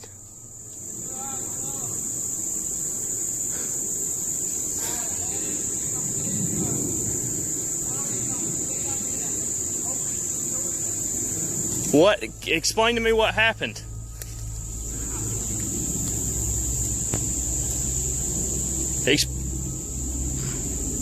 Can you... Looking down, he saw a man standing in the creek with no clothes, just a walking stick in hand, his face tired and hollow. The man looked wild, his eyes wide with fear, and his voice trembled as he explained he had been beaten and left here by strangers after some festival called Tomorrow World. He'd been wandering for days, following the creek in search of water, barely surviving. What? Show? What kind of show? Do you know what it was called?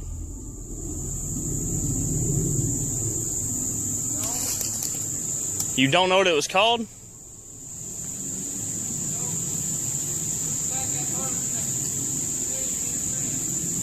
Huh?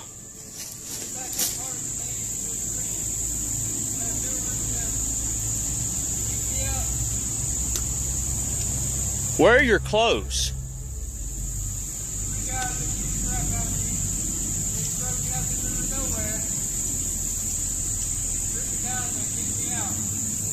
Where? You don't know where your clothes are?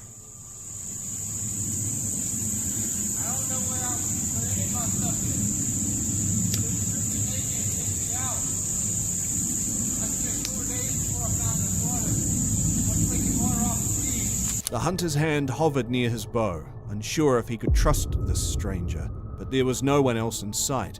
He asked if the man was alone, and the stranger nodded, still shaking. Should he trust him?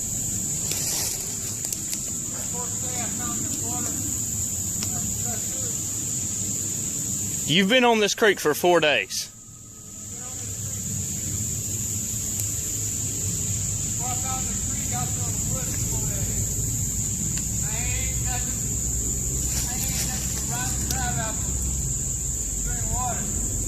Nobody's with you.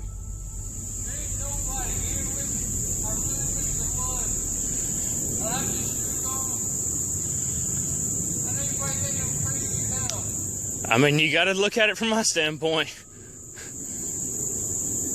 Listen, you know you're not far from... You know... Did you went to Tomorrow World, I'm guessing? What? Am I from...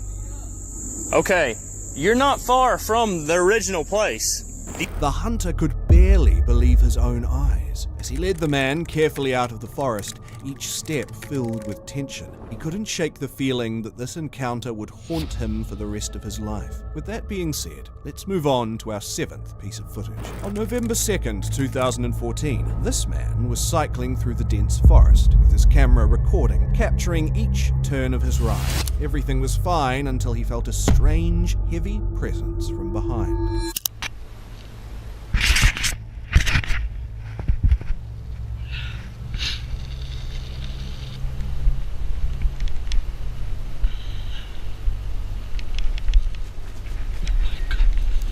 When he eventually looked back, his heart stopped. a massive grizzly bear was running towards him, with its huge paws hitting the ground. Seems like it was ready to have this cyclist as its lunch. The bear's eyes locked onto him, and every survival instinct kicked in as he pedaled faster. But then something worse happened.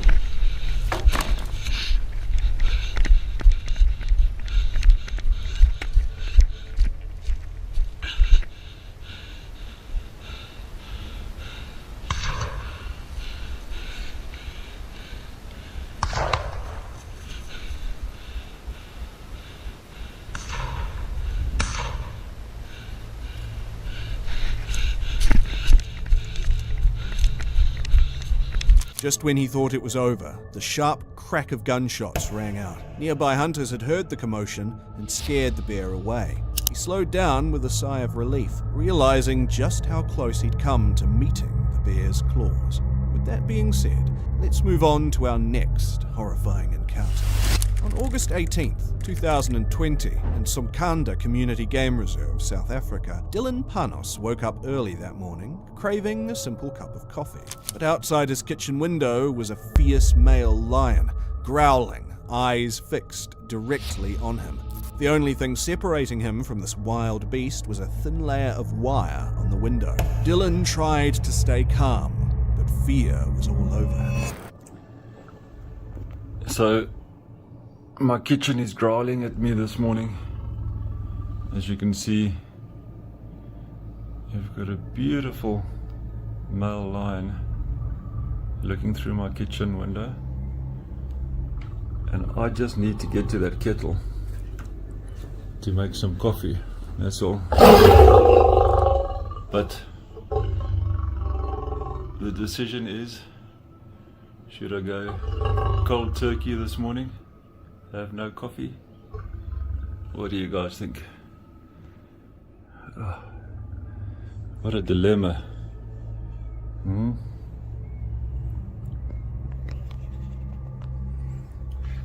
So this is how we woke up this morning. We've got a honeymoon couple in camp. The lion roared and scratched at the mesh, so close that Dylan could see the rage in its eyes. He claimed that the lions had moved through his campsite overnight, surrounding his unfenced cabin. A female lioness lay against the wall nearby, her mate blocking Dylan's way to the kettle, as if daring him to try. And the lioness, she's lying right here by the wall. And we can't get even to make our coffee this morning.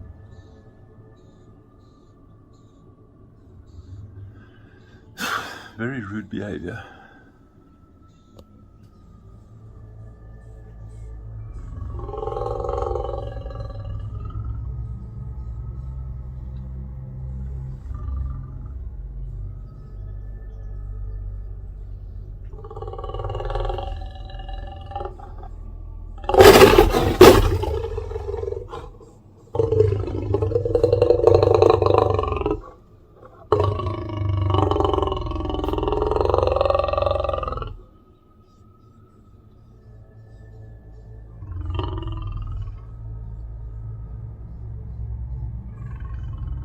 I don't know if... Dylan hesitated, wondering if he'd have to go without his coffee. Slowly, he placed the kettle on the gas stove, every movement cautious, hoping not to grab the attention of the predator. But the lion was staring directly at him. This chicken wire, chicken mesh is much of a protection.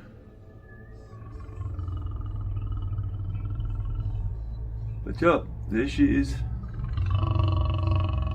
And he's guarding her. She wants nothing to do with him. We just need coffee, but come on, man.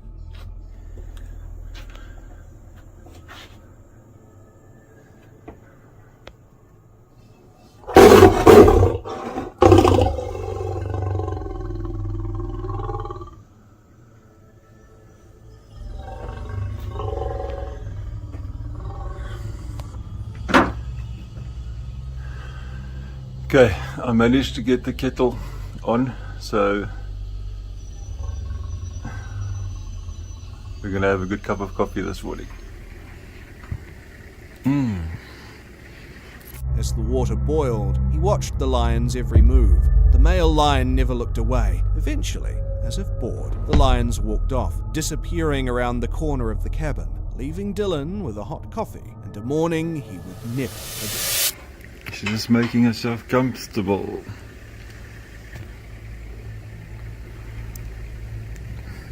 Making herself comfortable on our stoop, on our kitchen.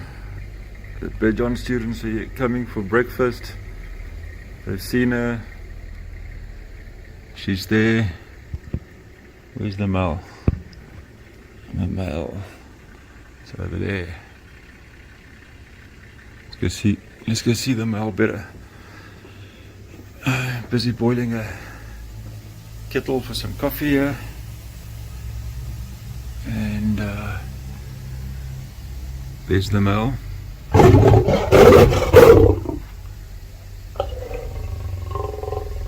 Buddy, I'm just trying to get some coffee here. Yeah.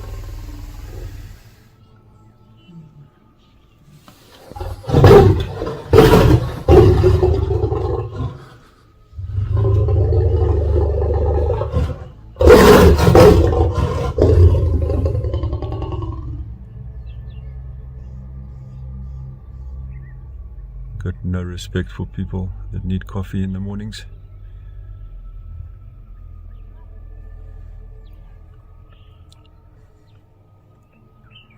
Okay, you guys can please don't walk through our house.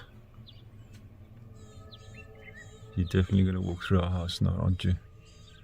Into our kitchen. That's our kitchen, our dining room, and there goes the lions. So they're going to walk straight through our kitchen now. Just when Dylan thought it was over, the lion and his lioness entered his campsite while he was enjoying his coffee in the beautiful sun. Who knows what they'll do afterward? Let's move on to our 9th creepy encounter that will send shivers down your spine. On October 17th, 2023, this man was lying alone in his tent, deep in the forest, after being tired from a long day camping. Everything was going well until this moment when he noticed a heavy rustling in the nearby trees.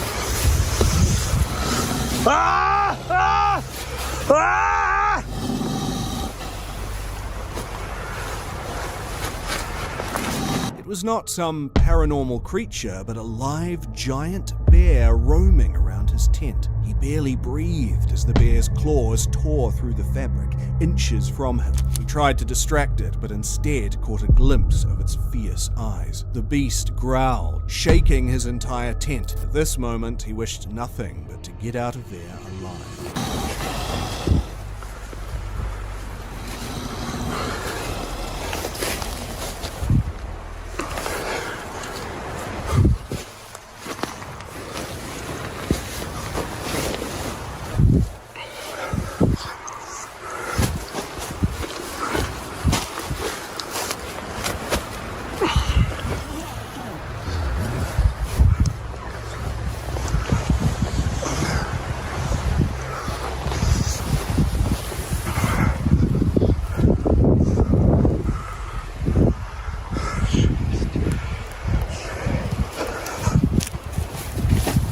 After a while, the bear turned and vanished into the woods, leaving him shaken and grateful to be alive. On the 26th of October 2022, this YouTuber with the channel name of Creepy Outdoors decided to visit the forest late at night. After setting up his camp and gear, he got up for a late night walk in the forest. Well, at least it'll be a lot easier to walk through here.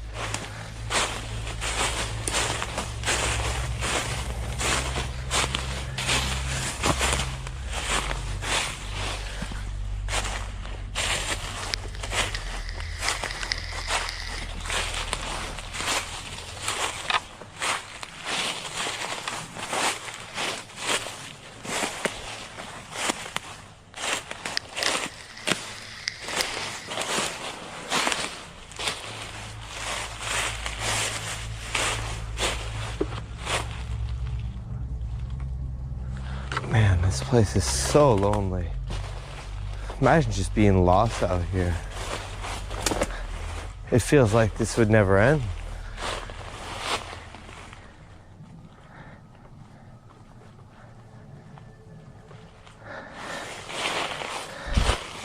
He thought he was all alone, as there were no signs of any other campers in the woods, but his thoughts were about to bring him horrifying consequences.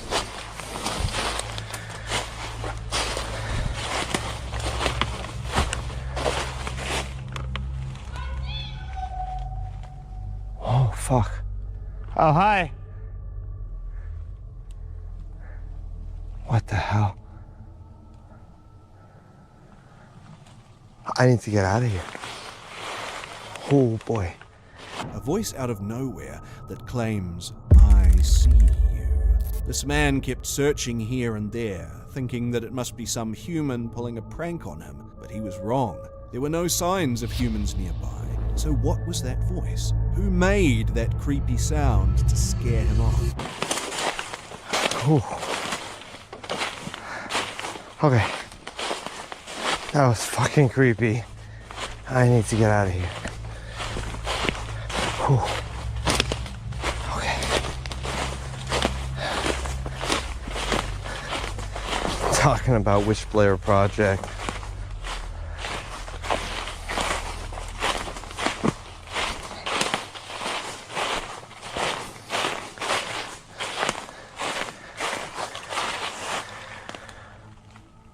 Some mysteries don't carry an answer along with them. Maybe that's what makes them even more terrifying. Camping can bring us closer to nature, but these eerie encounters show it might also bring us too close to things we cannot explain.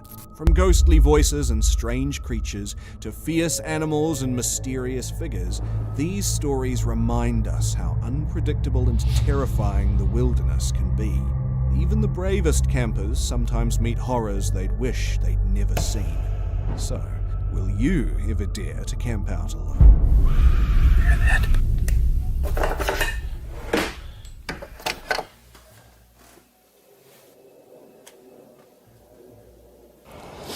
That smell was fading, but now it's back. Yeah, it's back again. I was just gonna say that. Right? Yeah. It smells weird.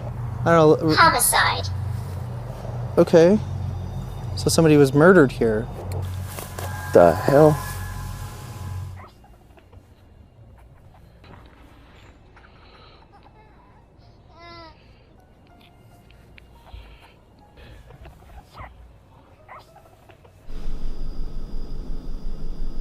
Come on, for real. What was that? Camping is meant to be peaceful, but some trips turn into nightmares. On September 14th, 2020, camping alone in the English woods seemed like a perfect escape for him. The night started peacefully. He set up his second-hand tent, cooked dinner on his twig stove, and enjoyed the calm of the forest. But everything changed at 3 a.m. Everything is about to be his worst nightmare.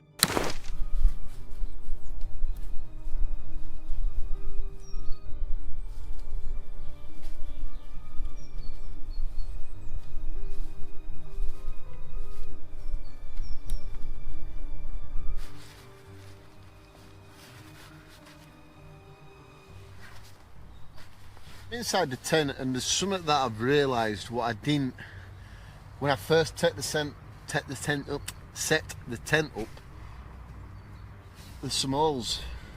I've got 1, 2, 3 holes here in the top of the tent, and if it does rain, well, that's it. He was shaken awake by the sound of footsteps crunching the dry leaves around his tent.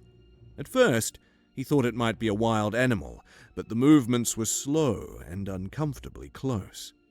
Then came the obvious pulling at his tie-out points, as if someone or something was testing the tent's structure. I don't know if it's going to be a long-term fix, but at least for tonight, it'll be alright, I think. There we go. Give the tent a good rub. There we go. I'm just going to have a quick look over, see if there's any more that I do need to cover up before I decide to get into my sleeping bag. You see, that's the problem with buying second-hand tents. You just don't really know what condition they're in until you get hold of them. I'm not going to say I'm disappointed. It's only 3 little holes, what temporarily sorted at the moment anyway. Temporarily sorted. Yeah, I couldn't see no more. I think I'm going to have to sort this tent out properly if I want to use it a lot more on the channel. Right, I'm going to get myself sorted out. I'll bring you back in a bit. Just being woken by something that seemed to be walking around my tent a bit. And it's woke Dan up as well because Dan's just messaged me. You know the guy lines that you pull out, something I felt, no, not, I don't know, it's just, it woke me up so quick.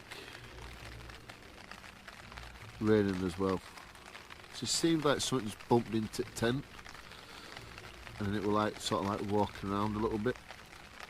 Now if I were by myself, I'd be a little bit more nervous, let's say.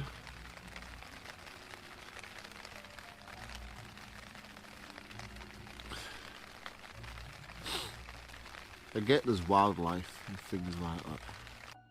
He sat frozen, barely breathing, listening to the footsteps. The eerie silence of the woods was making everything way more scarier. Moments later, there was a loud thud against the tent, as though a heavy hand had slapped the fabric. His phone lit up with a message from his friend, but the signal was too weak to send for help. No. I don't know. See, there it is again.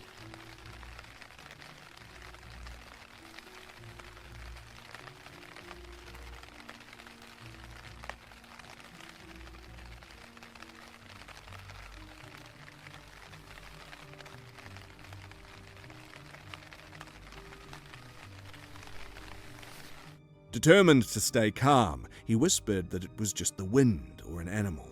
But deep down, he knew it wasn't. The footsteps continued to circle, slowly. He held his sleeping bag tightly, praying for it to stop. Channel. Right, I'm going to get myself sorted out. I'll bring you back in a bit.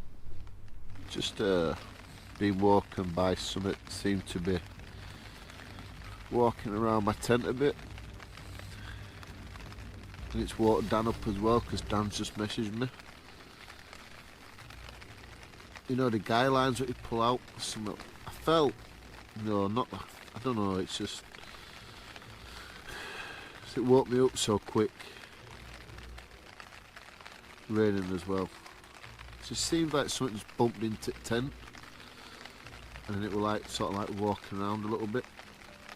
Now if I were by myself, I'd be... Morning eventually came, with a little rain. Whatever had haunted him that night was gone. Packing up his gear, he told himself it must have been wildlife or someone lost in the woods, but as he looked at the damp ground outside his tent, there were no footprints, just the eerie memory of the night before. People, I don't know what was going on last night outside his tents. But I'm just going to try to forget about it, to be truthful. I'm alive, it was not bad, take it. I don't know, could have just been somebody walking around trying not to disturb us, something like, I don't know, something like that. This tent needs a lot of work to it. The zip's broke now on the door. It's just, it don't feel like it's waterproof, so I'm gonna have to sort the zip out and then really look after it, give it a fab seal, reseal all the seams on the inside. If I'm gonna use it more, I'm gonna have to take care of it. What had walked around his tent? He'd never know. With this eerie footage coming to an end, let's move on to our next disturbing camping encounter. On December 29th, 2024, it was the scariest night of their lives while camping in the haunted forest. Angelo and Frank set out for a camping adventure in the haunted woods. Armed with cameras and determination, they weren't ready to face the chilling encounters waiting for them. That smell was fading, but now it's back. Yeah, it's back again. I was just gonna say that. Right? Yeah. It smells weird. I don't know. Homicide. Okay. So somebody was murdered here. The hell? What the hell was that? Something's coming. That sounds really big. Okay, there's definitely something moving back there. Okay. Whoa, wait. The hell is that? The hell is that? Who is that? Hello? Okay, that was a flashlight. Nope. No, thank you. As they approached a quiet river, an unbearable smell filled the air like sulfur and poop, as Angelo claimed. The eerie scent kept increasing throughout their exploration, but something way more disturbing was about to happen. I don't know what the hell that smell is. It's not enjoyable, that's for sure. No, I'm trying to figure it out.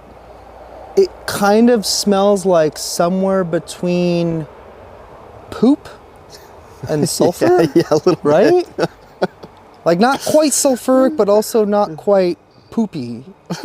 It's like somewhere, I don't even know how to describe it, but it's like somewhere in between. So we're back at this river that we have not been to in quite some time.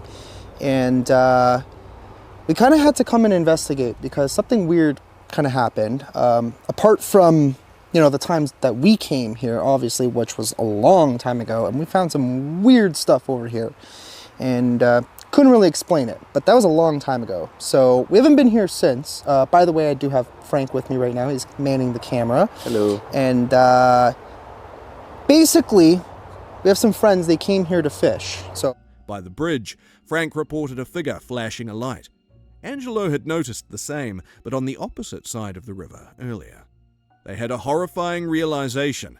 There wasn't just one figure, but two, stalking them from both directions. Down that way. Bit of a fun fact. If I'm not wrong, these are goldenrod flowers. The hell? What the hell was that? Okay. If I'm not wrong, that tree was just shaking. What the? Okay, we're gonna keep going this. Whoa. Hello? Somebody there?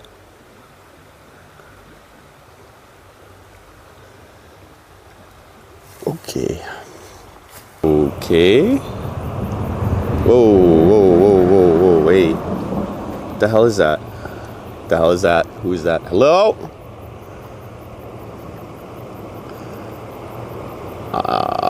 I'm not sure I want to go that way now. I am not sure. Okay, we are going to go back. I'd rather be with Ange and have somebody with me. Go. 1, 2. Oh, there we go. Is it on? Two streams. 2 simultaneous streams. Okay. Okay.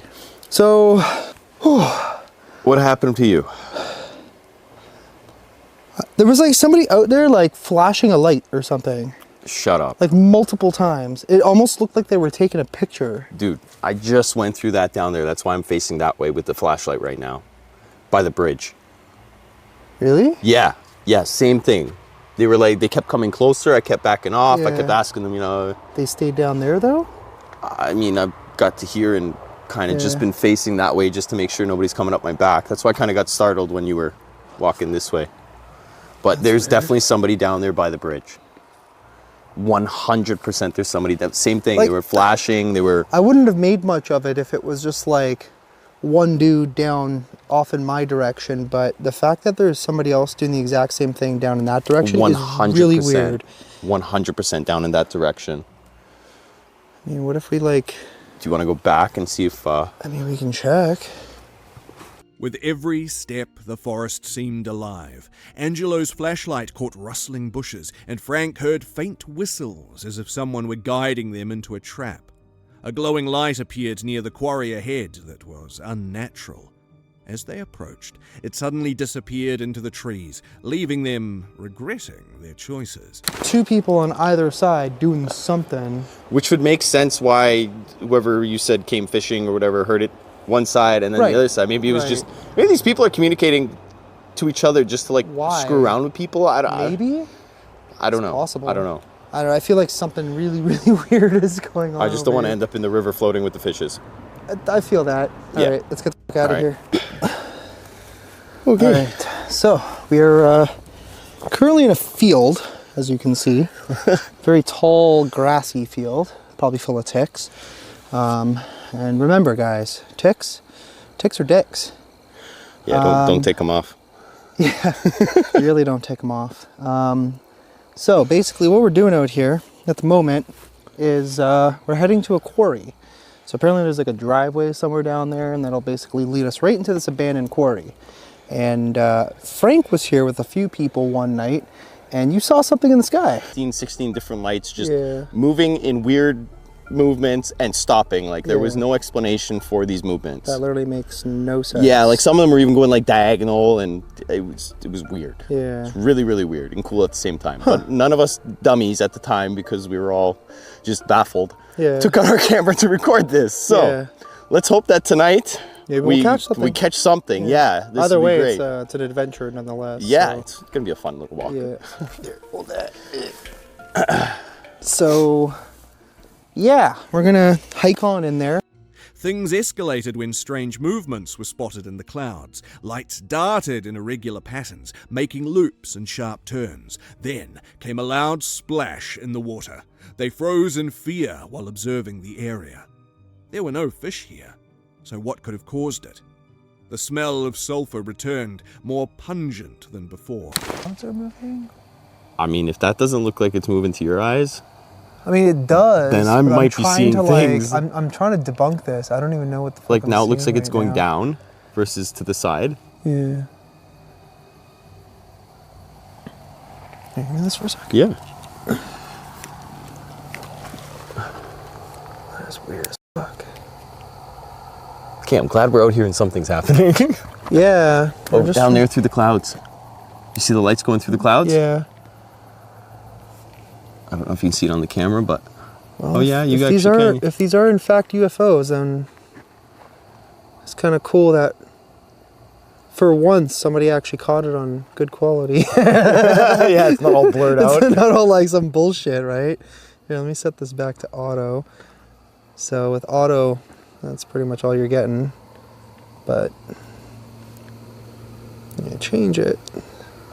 I don't know. I mean, they could just be stars, because I could see them like really clear in the screen. Are they moving at all by any? That's hard to tell. Doesn't look like it. I think those are actually just stars. But whatever we were seeing in this area is gone now. I mean, we'll wait a little bit and see if it shows back up. But yeah, that was kind of strange. Jumped in the water. Something jumped in the water? Mm-hmm.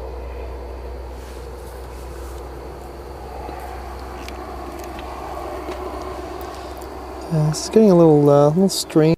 On their way back, Angelo claimed that they could have walked kilometers, but the end felt further away. Even the camera batteries ended mysteriously fast, leaving them feeling vulnerable to whatever creature was present there. By dawn, they made it back, shaken with fear, but alive. Cool to share. But yeah, we'll get to that as we kind of get a little closer to our end zone, I guess. Well, we made part of the trek back, about 40 paces or so. I'm just gonna always say it like that. So clear in the sky. But yeah, the right sky now. like really cleared up, so we're still keeping an eye out. I mean, you got a good like kilometer and a half to get out of here anyways. So one of the things I wanted to mention. The video ended with a warning that this place didn't want them there. If you're brave enough, come carefully. With that being said, let's move on to our next piece of footage. On July 28th, 2022, in the Arizona woods, Doug and Glenna headed to the Coconino National Forest for a quiet weekend of dispersed camping. Their campsite was far off the actual path, on the side of a dead-end forest road, surrounded by the stillness of the woods, and as creepy as it sounds. We moved campsites. There really, was absolutely no reason for someone to come from there.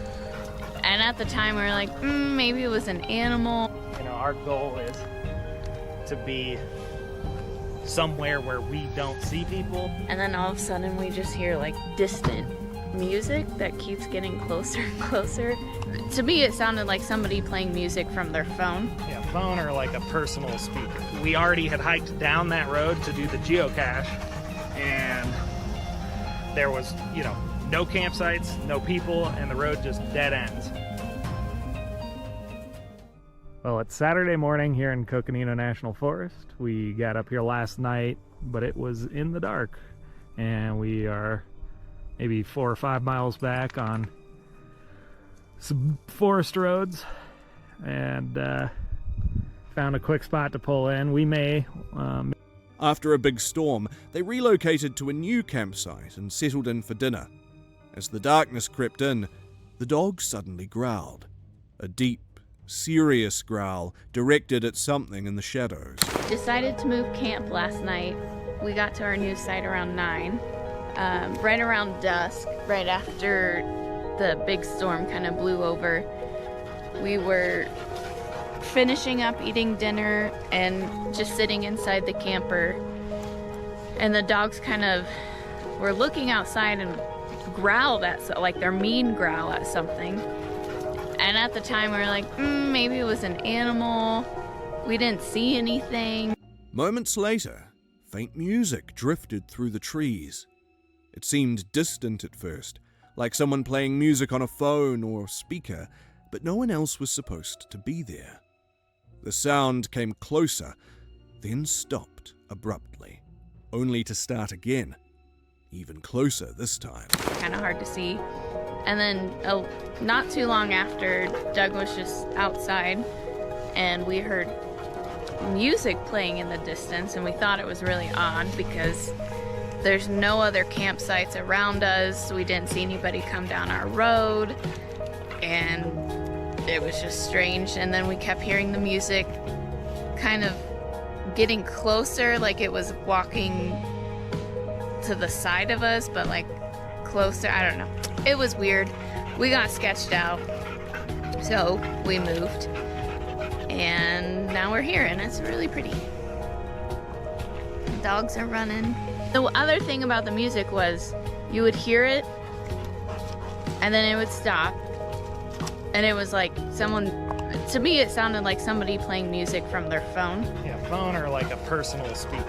The couple scanned the area but saw nothing. The forest was pitch black, with no signs of a flashlight or other campers.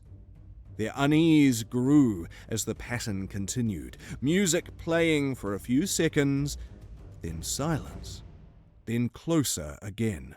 And it was like butt rock or country music playing. And it would play for like maybe 40 seconds, and then it would stop.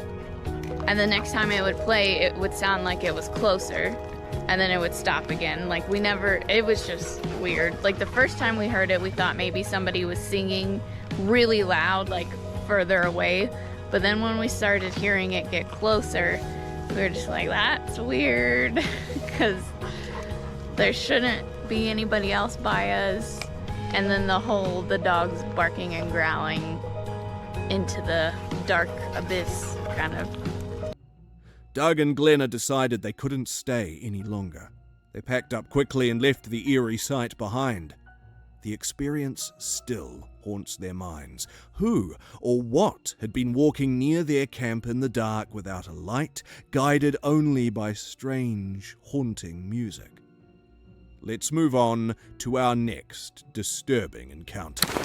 On March 26th, 2022, there were creepy sounds in the woods that turned into a camping nightmare.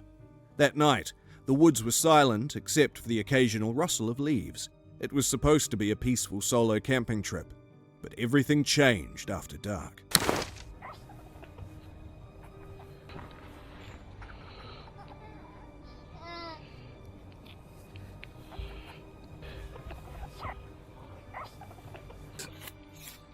Silver birch. All that. Ah, look at her. All snuggled up. Don't think you're sleeping on that sleeping bag, mate. That's mine. Now we're just going to chill out for a bit. Maybe listen to some music. Oh, that's it. Around 12:30 a.m., he started hearing strange noises around the campsite. It sounded like something, or someone, was moving just around the firelight. Each step was very obvious, but no figure could be seen. The only light came from the lit campfire and the small torch in hand, which barely made it possible to see in the darkness.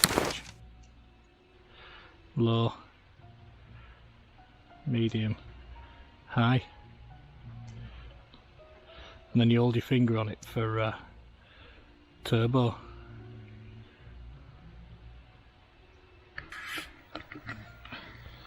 Not bad that, is it, for a tenner? I'll just keep it hooked on me knife. Just thought we'd come out for a little bit of a wander in the dark. No, can't see out. Hold on.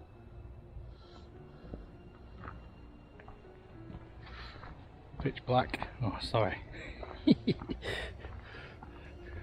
Gonna see if there's. I had some kids earlier just running about, messing about. So if I find them, I'm gonna put me little blue lights on. Do this. Walk through woods going woo woo woo woo woo.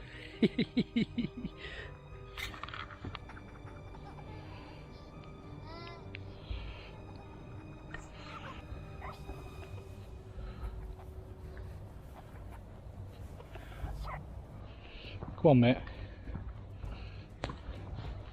Right then. The noises grew louder. A sound resembling heavy breathing or low growls echoed from the trees. The thought of foxes came to his mind, but these sounds were deeper, more horrifying than just an animal. As the fire dimmed, the tent seemed to tremble as if something brushed against it. Looking out, nothing moved. There were only shadows of big trees. I think that's about enough excitement for one night. What do you think? It's bedtime.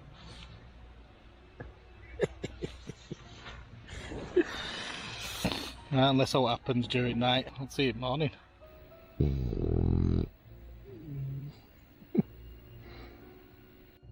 By morning, the woods were calm, but the experience left an unease that couldn't be shaken. Were the sounds just animals, or was something else wandering in the darkness, unseen? With that being said, let's move on to our next piece of footage. On January 22nd, 2022, a YouTuber with the channel name 401 Files, alone in the middle of nowhere, was setting up his bivvy bag when things started going wrong. Little did he know, it was just the start of his worst nightmare.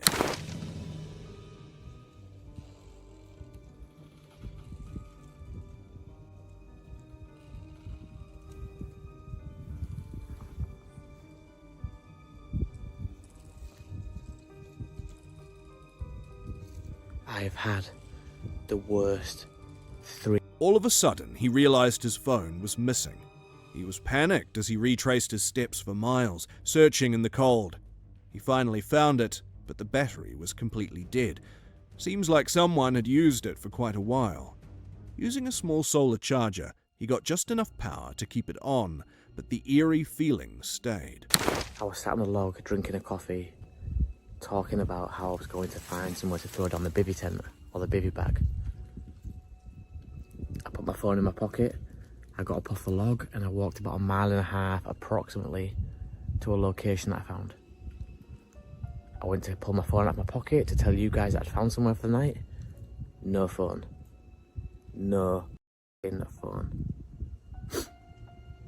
My heart sank, obviously, and I panicked. Big. Like, I really did panic bad. I raced back with my kit on my back to the log where I'd been sat previously, hoping that the phone would just be laid down the side of the log somewhere, falling out of my pocket as I've stood up. The phone wasn't near the log. I spent most of my time, a good 14 minutes, trying to convince myself that it's got to be near that log, it's got to be near the log. And it wasn't. It was a little bit away from the log, and I found it in the end, retracing my footsteps, but I wasted so much time. And then when I got my phone... By almost midnight, eerie noises started coming from the woods. They were coming from all around, creaking trees, distant tapping, and strange rustling. His hands were too frozen to work quickly. Setting up the bivvy was a nightmare for him now. The hope that I had was that on this light, there is a solar panel charger for an iPhone or any phone that will connect. And so I've managed to scrape a little bit of battery life out of that solar power, solar battery panel, whatever you call it, up to about 13% battery. The noises now in this woods where I am, guys, are absolutely all around me. And I'd be lying if I said that I wasn't terrified right now.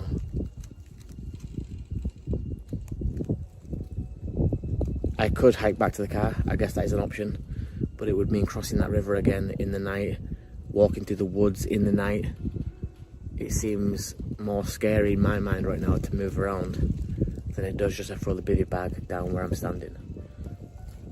So I think that is what I'm going to do. I'm going to throw the bivvy bag down and try and just weather this one out until the morning. I don't think I'm going to get any sleep at all. This couldn't... He climbed inside the cramped bivvy bag, feeling trapped and vulnerable. The noises continued with soft taps and occasional howling winds that seemed closer than they should have. He was too scared to sleep, clutching the flashlight, finger hovering over the button to turn it on in an instant. This couldn't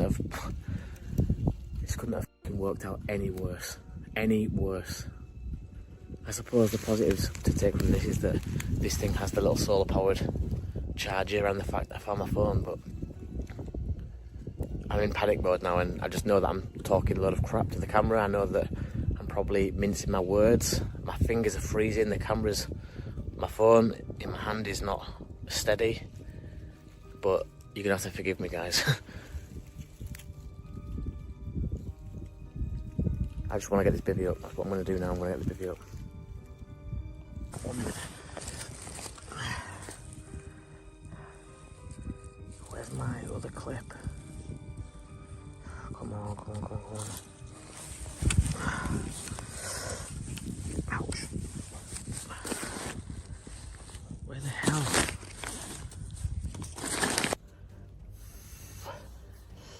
The night dragged on, every second feeling like a minute.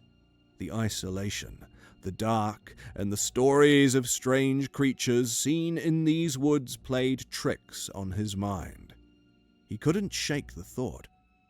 What if those stories about Dogman were true?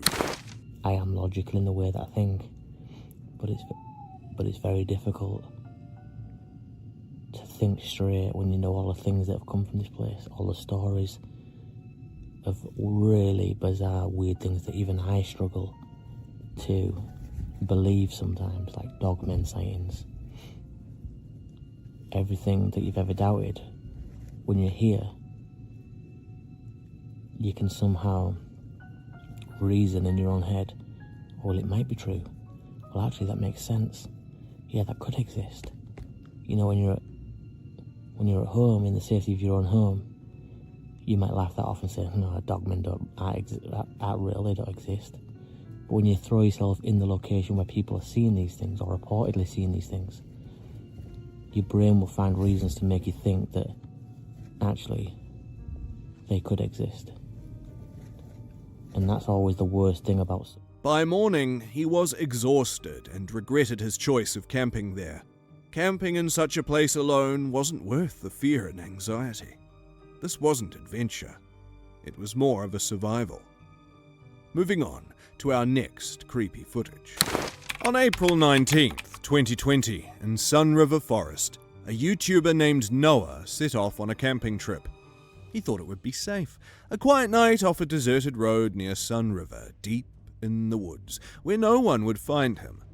But he wasn't right about it. I was originally not gonna make this video, just because I don't really have my setup or anything yet. But a few days ago, I was camping in Sun River, and what I thought would be a good location. But as soon as the sun set, he awoke to faint sounds around his truck. Soft footsteps brushing against the gravel. At first, he thought it was just an animal. Then he heard something scrape along the metal of his truck, slowly yet sharply. Walking around for like 20 minutes already. My gun's in my cab though. I don't really know what to do. I'm a little freaked out right now, and it's like pitch black outside, probably like 2 in the morning, and he just keeps walking around, and he's like really close to my truck. I've never been this scared, and like this doesn't make any sense because I parked somewhere where you couldn't see, no one was on that road. Wait, he's touching my truck.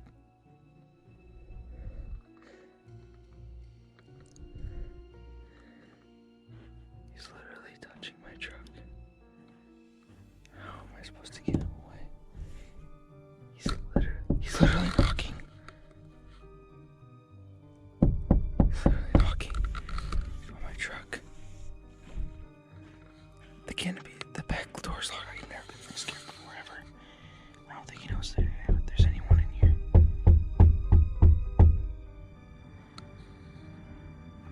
I'm so scared right now.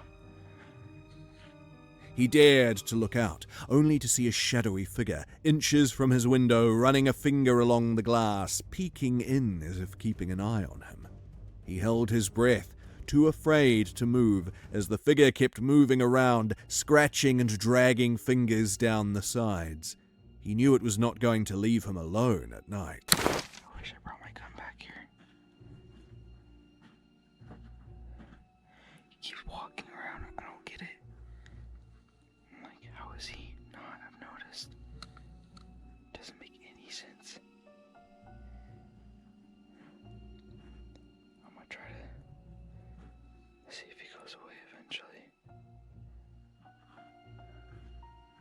We'll see. He's literally peeking through the door right now. I've never been this scared ever.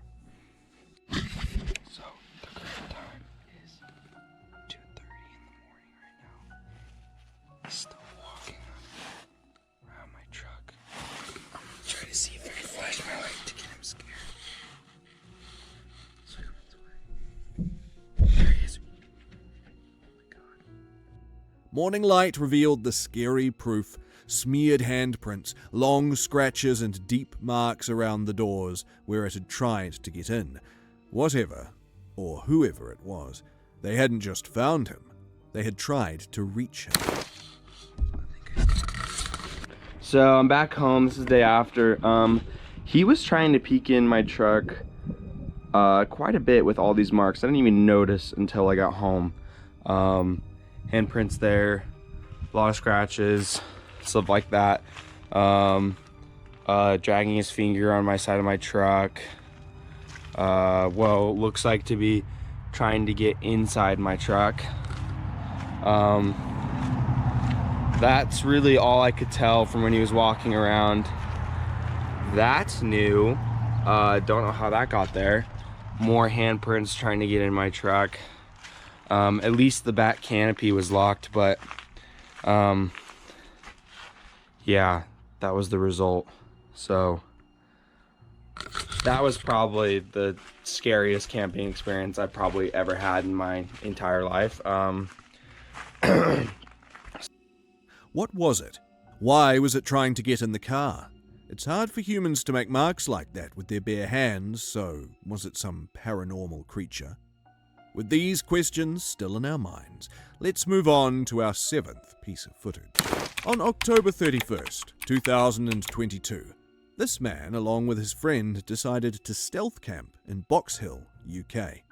He parked his stealth camper in the secluded car park near Box Hill, Surrey. The night began peacefully with warm food and quiet countryside views, but he was alone for the night. And then, almost around midnight, the calm shattered. Strange noises echoed from the woods.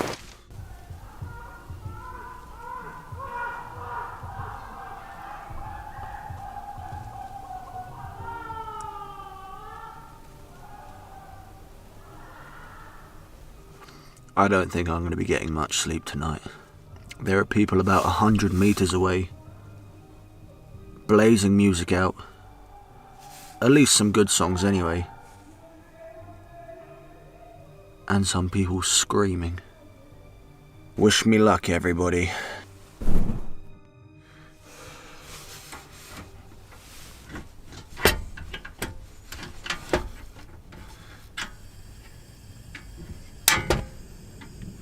A mix of faint whispers and rustling, impossible to trace. Alone in the dark, every sound felt heavier, more deliberate. He tried to sleep, but the sounds kept terrifying him. It felt like something or someone was watching. At one moment, he froze, swearing he saw a figure in the trees.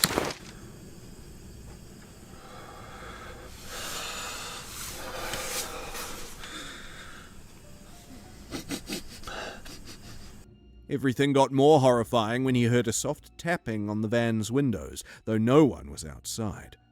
The rest of the night was spent locked in. He was regretting his choice of coming to this camp at this point. Oh, we're all up. Morning, guys.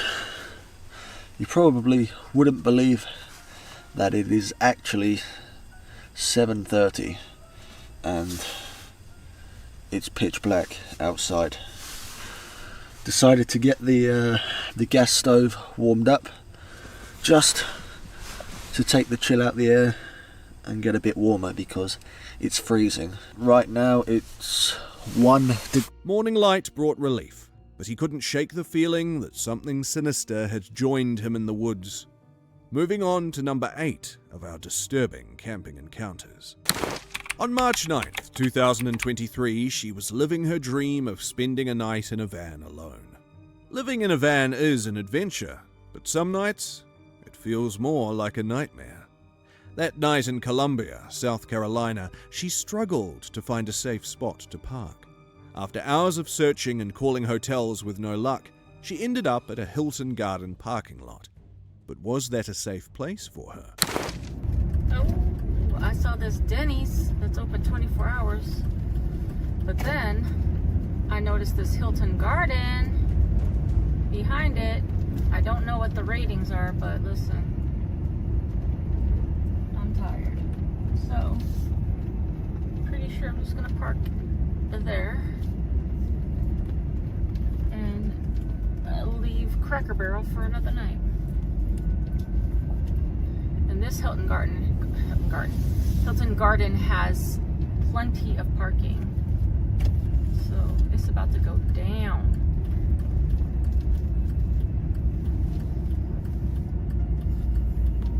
Also, there's another van, so that's kind of comforting.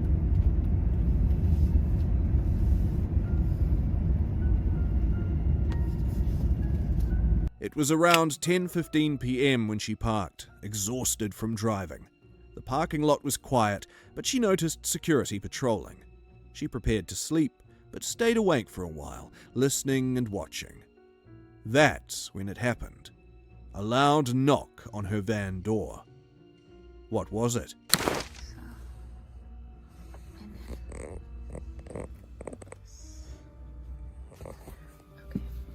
Okay, so even though I'm really tired, I usually stay up for a few minutes and just kind of listen to my surroundings and kind of peek out the windows, coverings like I just did 1 or 2 more times, just to like make sure that there's no one walking around or security rolling up on me or whatever. And then I go to sleep. Everything's locked up and I'm ready for bed, but that's what I'll be doing for at least 1 or 2, 5 more minutes.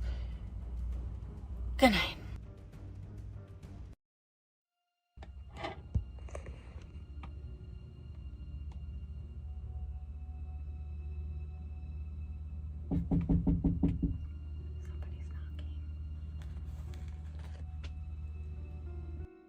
She froze. It had been just 5 minutes since she turned out the lights. Her heart raced as she peeked out to see a man in a security uniform. She rolled down the window and he told her parking overnight wasn't allowed. Not wanting to argue, she packed up and left.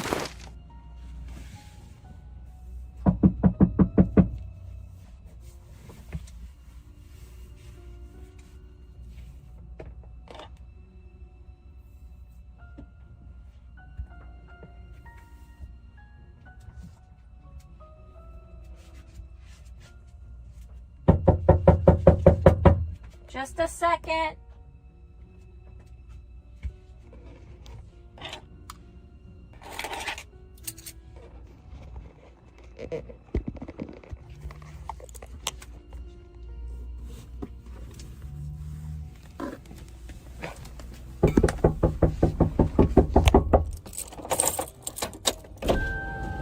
Hi.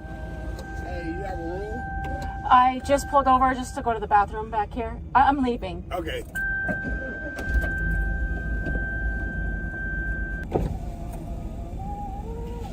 The knock shook her. It felt like someone pounding on her home's door in the dead of night. Her nerves were on edge and she was too tired to think clearly. Eventually, she found a spot at a quality inn, and despite its bad reviews, it was quiet. In hundreds, and I mean hundreds, of hotel parking lots that I ever got the knock, and I hadn't even fallen asleep. I had just, like I said, just sat there and listened for a few minutes. It hadn't even been 5 minutes since I turned off the camera when I heard that knock. Now, normally, if it was like, I don't know, if it was in the middle of the night, I would probably not have answered because of safety and because they wouldn't have known that I was in there. But since they saw me pull up and park, then they were like, bro, no. That's the car that was parked behind me. So when I pulled up and turned and parked, that car was parked there with their lights on. But it's a regular car. It wasn't like a security car.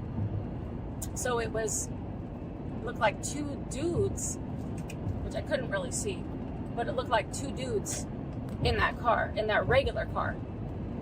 So I thought it was just like people staying at the hotel. But that's interesting that they have security officers in their uniform, but in regular cars. Quick editing note, the reason I immediately...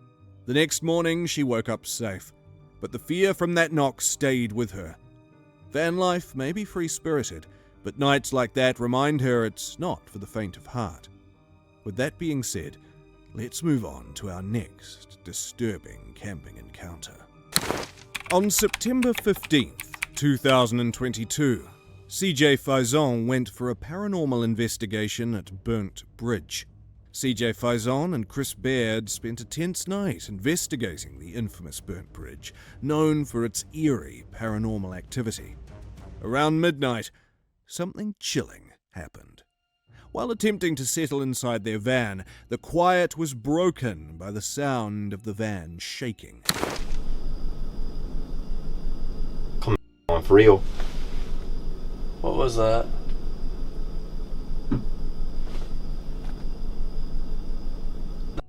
No.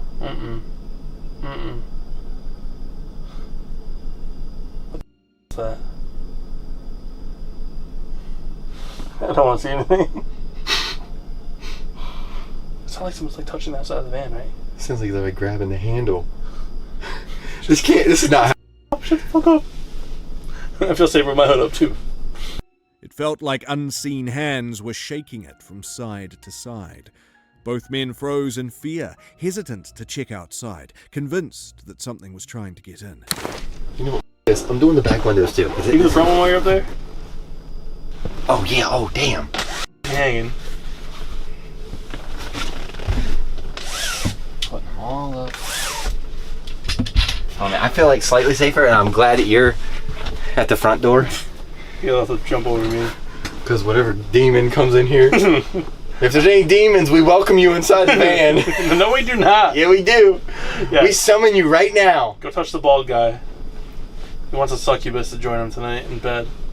I'm not looking at you, I swear. I'm sleeping. Please don't look at me. Please don't look at me.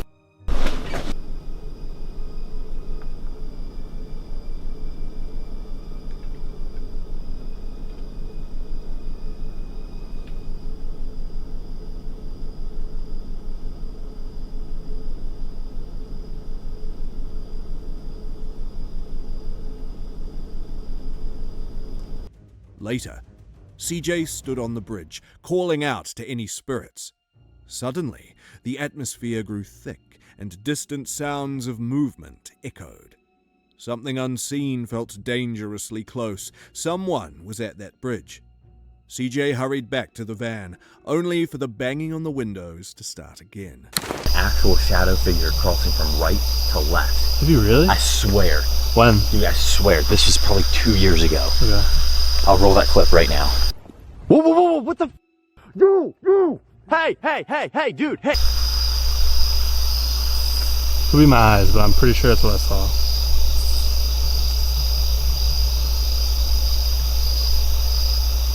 Alright, for everybody listening in right now,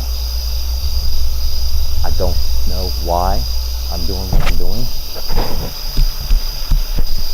but I'm doing I think you get some more light. I'm going no flashlight. The best I can do. But I feel compelled to walk down here for whatever reason.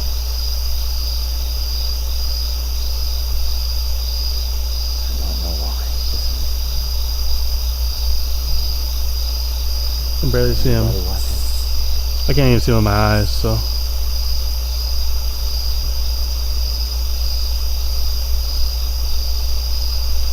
This is so stupid.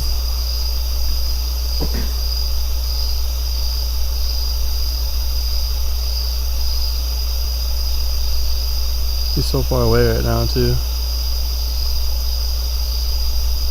Alright, I'm standing right here on the middle of the bridge. I can't see him. I have no idea where he is right now. You can just see the road markers. If there's any spirits, good or evil, Exactly right there. I want you to come and join us tonight while we sleep. Watch us, scare us, show us how powerful you really are. Oh! Me! What was that? Okay. The source was invisible, yet the noise was never ending. Something sinister was trying to get them out of that place. Oh, it's not the van. Right now. I'm getting to my floor is what I'm doing. Come on, man. There's got to be somebody out there with us.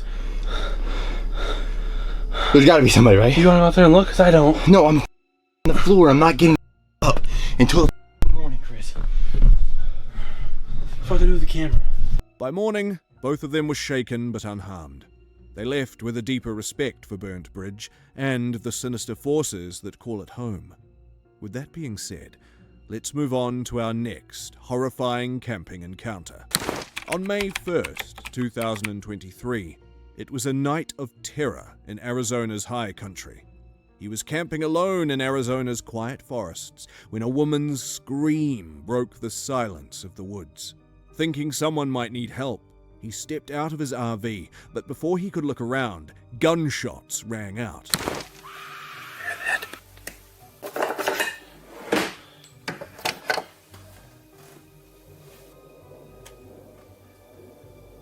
Do you need help?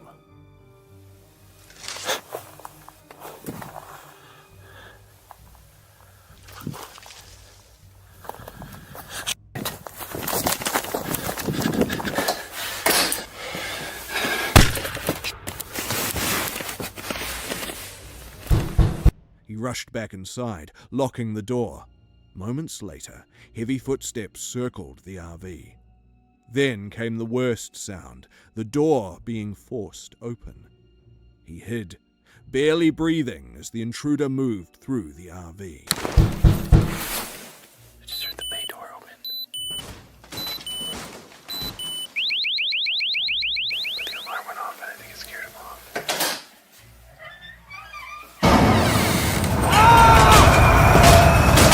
That night, the forest's calm turned into a haunting memory he would never forget.